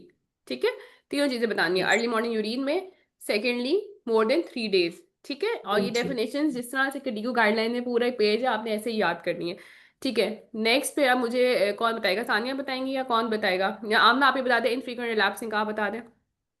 Infrequent relapse है कि less than 2 relapses in first 6 months or less than 4 relapses in 1 year, any 1 year after response has achieved. बच्चे 2025 के accordingly बताएं, थोड़ी सी change हो गई है। Okay, नहीं मैम, इज इट मुझे नहीं पता 4 और इसका भी। 3? 4 है कि 3 है एक साल के अंदर? 3 है। Anyone else? ठीक है, जो मैं रीसेंट है कोई उसमें और 3 बता दे। रिलैप्स, 3 हैं। ठीक है, जो रीसेंट है उसमें 3 हैं। ठीक है, less than 3, infrequent more than. Infrequent relapses would be those जिनमें less than 2 relapse होंगे in 6 months following remission of the initial episode, और less than 3 relapses in any subsequent 12-month period. ठीक है? Okay madam. ठीक है, ये थोड़ा change हुआ है, जो न्यू आई ना उसमें 2 चीजें ऐड हुई है। ठीक है, आगे हेरा है, कोई और बताना चाहते हैं, आंसरिंग के लिए करना चाहते हैं volunteer. We want to name and answer because वो पे अजीब सा घर जमा हो जाता है। ये 2 3 लोग ही बोल रहे हैं, कोई और करना चाहते हैं वॉलेंटियर तो they can tell. Frequent relapsing doctor Hera आप बता दें। Frequent relapses when more than 3 relapses in 1 year and more than 1 year duration after remission and more than 2 relapses in 6 months duration after remission। ठीक है, equals to और more than. ठीक है, okay, 2 relapses और अपने मोर देन इक्वल टू या more than 3 relapses इन 12 years, ठीक है।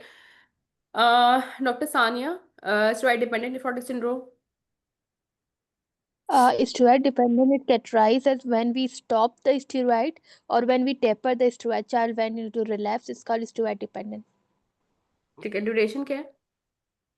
2 weeks. 14 days, 2 weeks, ठीक है। विद इन 14, अगर आपने स्टॉप किए या आपने टेपर किए, ठीक है। स्टेरॉइड रेजिस्टेंट नेफ्रोटिक सिंड्रोम को और बताना चाहेगा? When the child does not achieve remission after 4 weeks of the steroid, it's called steroid resistant nephrotic syndrome. After 4 weeks अब, ठीक है। अच्छा, what is steroid sensitive late responder? When we give a steroid for 6 weeks, then he achieve remission, is called late responder. ठीक है, अब ये एक नई डेफिनेशन मैंने लेट रिस्पॉन्डर की है। अगर 4 to 6 वीक्स के बीच में करेगा तो वो क्या है? लेट रिस्पॉन्डर है, ठीक। Calcineurin inhibitor responsive steroid resistant nephrotic syndrome, ये कौन सा है? कौन सा मतलब? Calcineurin inhibitor responsive steroid resistant nephrotic syndrome. Focal segmental glomerulonephritis तो नहीं? नहीं, कैल्सिनिन तो इनहिबिटर रिस्पॉन्सिव definition SRN। ये 2-3 डेफिनेशंस न्यू ऐड हुई हैं। इसे partial remission within 6 month और ट्रीटमेंट और complete remission within 12 months of treatment of with calcineurin inhibitor are responsive, ठीक है। विद इन 6 months या within 12 partial remission within 12 months अगर complete remission आ जाता है तो दिस इज रिस्पॉन्सिव, ठीक है, कैल्सिनिन इनहिबिटर्स के साथ। And what is multi drug resistant steroid resistant nephrotic, what is multi drug resistant nephrotic syndrome?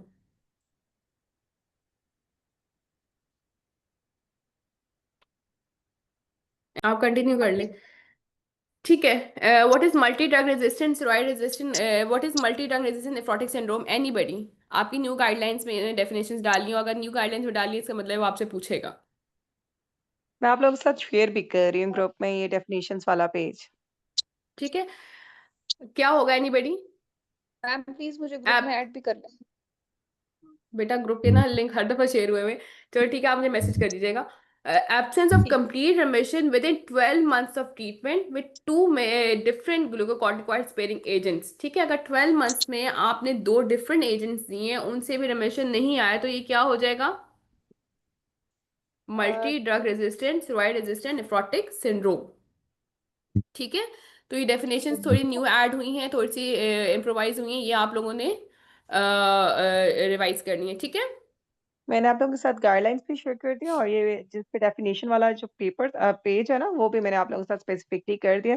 जो भी गाइडलाइंस हो बेटे उनके टेबल्स उनके आपने ये जो डेफिनेशंस होती हैं फ्लो चार्ट्स वो जरूर देख लिया करो, क्योंकि एग्जामिनर तो साथ साथ पढ़ के नॉलेज ना अपना अप टू डेट करके आए हुए होते हैं एग्जाम में।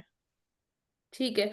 अच्छा, और फिर हमारे पास सेकंड चीज रहती है ट्रीटमेंट की, ठीक है। ये तो हमारे डायग्नोसिस की बात होगी, लैब्स तो हम सबको पता है कि हमें 24 आवर यूरिन कराने, एल्बुमिन करानी है, ये सब जो हमने डायग्नोसिस क्राइटेरिया की बात कर ली है, ठीक है। अच्छा, मुझे बताइएगा कि ट्रीटमेंट की बात करते हैं कि ट्रीटमेंट क्या देंगे for resistant nephrotic syndrome? Calcium आवाज आ रही इनहिबिटर्स देते हैं।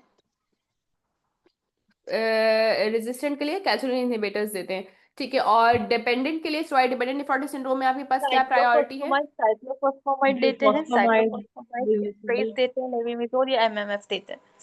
अच्छा, प्रेफर्ड कौन सा है? लेविमिसोल इनिशियली। किसके लिए आप बता रही हैं? स्टेरॉइड डिपेंडेंट नेफ्रोटिक सिंड्रोम के लिए, जी। ठीक है। उसके अलावा कोई और बताना चाहेगा कि हम डिपेंडेंट नेफ्रोटिक सिंड्रोम के लिए क्या देते हैं? डिपेंडेंट के लिए तो आप प्रेफर लेट मॉर्फिन शायद। क्या है? यस, एमएमएफ है, ठीक है। डिपेंडेंट के लिए पहले वैसे था कि साइक्लोफॉसमाइड था, लेकिन अभी जो है एमएमएफ है, साथ में रिटुक्सी लिखा हुआ है, और साइक्लोफॉसमाइड को उन्होंने एंड में लिया हुआ है मे बी कंसिडर्ड, लेकिन उन्होंने प्रेफर्ड ड्रग नहीं लिखी हुई फॉर साइक्लोफॉसमाइड। एमएमएफ लिखा हुआ है, रिटुक्सी लिखा हुआ है, और कैल्सिनुरिन इनहिबिटर्स को लिखा हुआ है, और फिर लेस रेफर साइक्लोफॉसमाइड को लिखा हुआ है। अब फ्रीक्वेंट रिलैप्सर को क्या दिया हुआ है? Steroid sparing. फ्रीक्वेंट रिलैप्सेस का भी सेम है, साइक्लोफॉस्फेमाइड, लीवामेज़ोल और माइक्लोनिकोलेट मॉर्फेटेल। ठीक है, इसमें साइक्लोफॉस सेम नहीं है। फिर अभी मैंने बताया डिपेंडेंट का डिफरेंट है, ठीक है, और इसका डिफरेंट है। बहरहाल जो आपके पास वो है रेजिस्टेंट है, फिर आपके पास फ्रीक्वेंट रिलैप्सर है, उसमें साइक्लोफॉस्फेमाइड और लेवोमेसोल को प्रेफर किया गया है, और जो स्टेरॉइड डिपेंडेंट है उसमें एमएमएफ को प्रेफर किया गया है, ठीक है। डोजेस वगैरह तो ऑब्वियसली आपके पास चार्ट्स में है, और साइड इफेक्ट्स हम पहले डिस्कस कर चुके हैं, डोजेस भी और उनको किस तरह से देना है, कितने ट्रायल ड्यूरेशन भी हम पहले डिस्कस कर चुके हैं थ्योरी में साथ ही, ठीक है। उसके बाद और क्या चीज़ें हैं, स्टेरॉइड की डोज क्या होगी? 2 mg/kg per day। ठीक है, और दूसरा डोज क्या होती है, क्या 60 कहते हैं milligram उसको, बॉडी 60 सरफेस एरिया से? mg per 60 meter square mg per day. 60 ठीक है, मिलीग्राम पर मीटर स्क्वायर।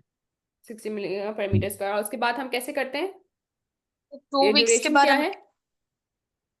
इनिशियली हम इसको 4 वीक्स तक दे रहे हैं, उसको फिर टैपर करेंगे अगर require है तो यस, टैपरिंग टैपर इनिशियल क्या करेंगे, किस तरह डोज? टैपर करेंगे?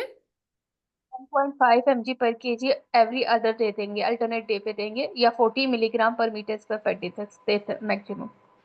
ठीक है, 40 mg/m² से देंगे ऑल्टरनेट डे के हुए। ड्यूरेशन ट्रीटमेंट की दो ऑप्शन है, 4+4 और 6+6। आपने 4 वीक्स दिया फुल और 4 वीक्स ऑल्टरनेट।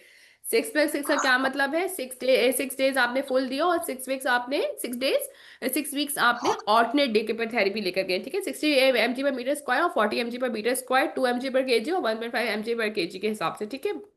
4+4, 6+6 दोनों चीजें वो जो है जो केडीक्यू गाइडलाइन से लिखी हुई दोनों चीजें प्रेफर्ड है, दोनों चीजें आप दे सकते हैं, ठीक है। और एक चीज और है कि रिलैप्स को कैसे आप ट्रीट करेंगे,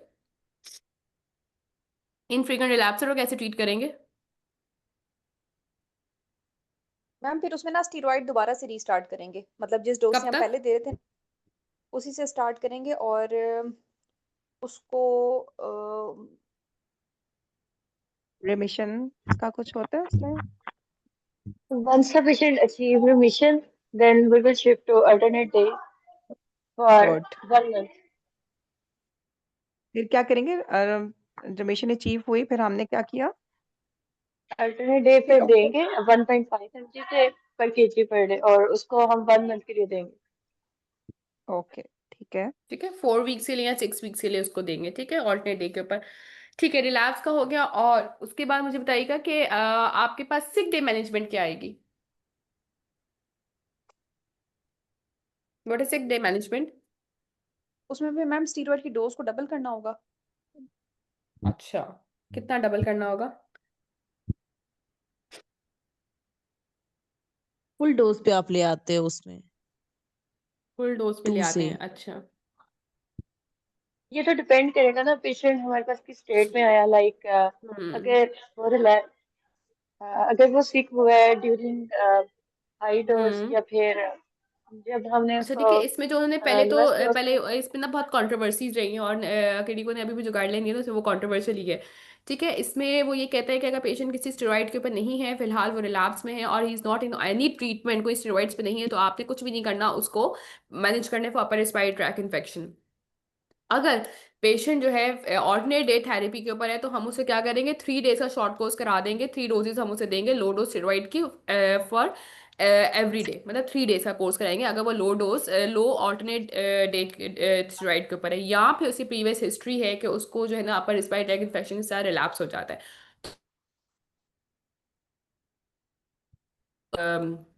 डेली देने की, ठीक है, उसमें मैडम बहुत आपकी क्लियरली लिखा हुआ है कि आपने डेली स्टेरॉइड्स नहीं देने हैं, ठीक है। सॉरी तो मैम, वो आपकी सिक, आवाज बिल्कुल स्टॉप हो गई थी, वो नहीं आई उसके बाद जब आपने कहा था कि अच्छा, मैडम ऑल्टरनेट डे सिक डे थेरेपी। मैन, हाँ। अगर सपोज बच्चा बिल्कुल ठीक है, किसी स्टेरॉइड्स पे नहीं है, लेकिन हम्म। उसको अपर रिस्पिरेटरी ट्रैक्ट इन्फेक्शन हुआ है, तो हम उसको 0.5 mg से देते नहीं नहीं, मैंने अभी है बताया लो है कि डोज अगर स्टेरॉइड वन पेशेंट जो वीक है के लिए। किसी, हाँ, किसी उस पे नहीं है, कुछ भी नहीं है, वे स्टेरॉइड पे नहीं है, बच्चा स्टेबल है, अपर रिस्पायरेटरी ट्रैक्ट इन्फेक्शन के साथ आए, तो आपने उसको सिर्फ अपर रिस्पायरेटरी ट्रैक्ट इन्फेक्शन को ट्रीट करना है, आप उसको स्टेरॉइड्स नहीं दे रहे हो, बहुत क्लियर लिखा हुआ है, there is no indication to give steroids, ठीक है। ठीक सेकंड है, तो सिचुएशन ये है कि अल्टरनेट बच्चा डे। Alternate day.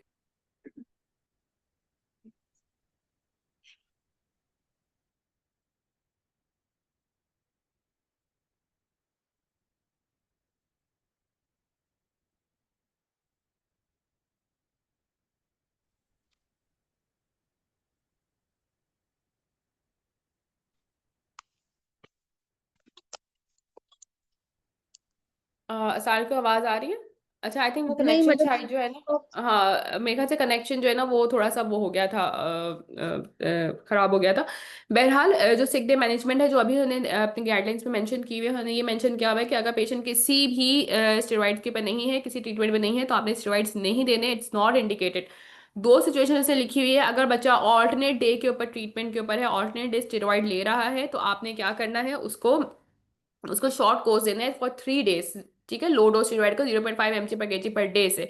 ठीक है, ये भी आपसे बताया फ्रीक्वेंट रिलैप्सेस के लिए और स्टेरॉइड डिपेंडेंट नेफ्रोटिक सिंड्रोम्स के लिए। और दूसरी से कंडीशन बताई है उन बच्चों की जिसको प्रीवियस हिस्ट्रीज हैं कि वो अपर रिस्पायरेटरी ट्रैक्ट इन्फेक्शन के साथ वो रिलैप्स कर जाते हैं, उनको आप 3 डेज का लो डोज स्टेरॉइड्स देंगे, वरना आपने स्टेरॉइड्स नहीं देने हैं। उसे बहुत क्लियरली ये बात लिखी हुई है। ठीक है, तो ये थोड़ा चेंज हुआ है, ये इस चीज को आपने ख्याल रखते हैं सिक डे मैनेजमेंट में। ठीक है, am I clear? Okay. Yes. ठीक है, तो आपने ये देखते हैं कि बच्चा अभी करंटली किस कंडीशन के ऊपर है। सही है, तो this was all about nephrotic syndrome. हमने मेन चीजें सारी डिस्कस की हैं। It would have been much better कि अगर हम हिस्ट्री लेते तो फिर हम हिस्ट्री को डिस्कस करते, लेकिन बहरहाल आई थिंक हमने पूरा case step by step discuss किया है। आप लोगों के एग्जाम्स जब भी हैं, आपने प्लीज प्रैक्टिस करना स्टार्ट करें, हिस्ट्रीज को बार बार लें, बार बार लें। जब तक प्रैक्टिस नहीं करेंगे, time management is extremely very important when it comes to long cases. ज्यादातर प्रॉब्लम टाइम मैनेजमेंट से ही होते हैं, 90% problem are with due to time management. ठीक है, और सेकेंडली प्रॉब्लम किस वजह से आते हैं, प्रेजेंटेशन के ऊपर। ठीक है, और जैसे आप प्रेजेंट करते हैं, जैसे आप बोलते हैं, एग्जामिनर उस पर आपको पास फेल कर चुका होता है। वाइवा तो सारे दे ही देते हैं, वाइवा में बहुत कम कोई होता है जिसको जो वाइवा पे रुकता है। वाइवा तो जो पार्ट 2 के एग्जाम में थे लॉन्ग के तक पहुंच गए वो निकाल ही लेता है। ज्यादातर प्रॉब्लम टाइम मैनेजमेंट पे, आपके एटीट्यूड पे, आपने पेशेंट को कैसे हाथ लगाया, आपने अटेंडेंट से कैसे बात की, आपने प्रेजेंट कैसे किया, ज्यादातर प्रॉब्लम्स इन सब चीजों में आते हैं। ठीक आपने है, एग्जामिनेशन में चीजें नहीं टिक की अगर, तो वेरी वेरी इंपॉर्टेंट, कोरिलेट नहीं किया उससे। और बच्चों जब तक प्रैक्टिस नहीं करेंगे, आप लोग आपस में भी और इस क्लास में भी आप लोगों के साथ, हम ये चाहते थे कि प्रैक्टिस करें, तभी हम आपकी प्रेजेंटेशन को इम्प्रूव कर सकते हैं। थ्योरी तो आप लोग सब खुद पढ़ ही लोगे। चलें ठीक है। कैसा था आज का सेशन, अपना फीडबैक जरूर देना। और वुड यू गाइस लाइक हम लोग वंस अ वीक सेशंस रख लें लॉन्ग केसेस के? Yes yes madam. But we ठीक है, विल सही है, लेकिन इस तरह नहीं होगा, लेकिन आप लोगों ने हिस्ट्रियाँ लेनी होंगी। ठीक है, आप लोग यस। हिस्ट्रीज लेंगे, कोई ना कोई हिस्ट्री लेगा, तो फिर हमें भी मजा आता है कि आपने हिस्ट्री ली है, देन वी विल नो कि आप लोग कहाँ लैग कर रहे हैं। हम तो खुद तो पढ़ाई सकते हैं, तो किताबें इंपीरियल और एजेस में लिखा हुआ है, हर कुछ हर बंदा उठा के वहां से पढ़ सकते हैं। जो बातें मैंने बताई गाइडलाइन सबके पास होती हैं। नेल्सन है, सब कुछ लिखा हुआ है। मैडम हिस्ट्री कैसे लेनी है? हिस्ट्री हिस्ट्री, आइमा आप, हिस्ट्री आइमा लेके भी डिस्कस देना। करना। हिस्ट्री ऐसे लेंगे कि हम I will be the patient. ठीक है, और आप लोग मुझसे हिस्ट्री लेंगे। मेरे ख्याल से कनेक्शन ठीक नहीं है, आवाज ठीक नहीं आ रही है। हिस्ट्री इस तरह लेंगे कि मैं या डॉक्टर हिरा रोल प्लेयर होंगे। बाकी आप प्लीज सब अपने आप को म्यूट करें। ठीक है, बाकी हम ग्रुप में तीन इंशाल्लाह डिस्कस कर लेते हैं। ठीक है, थैंक यू सो मच, अल्लाह हाफिज। यार 1 मिनट देती हो तो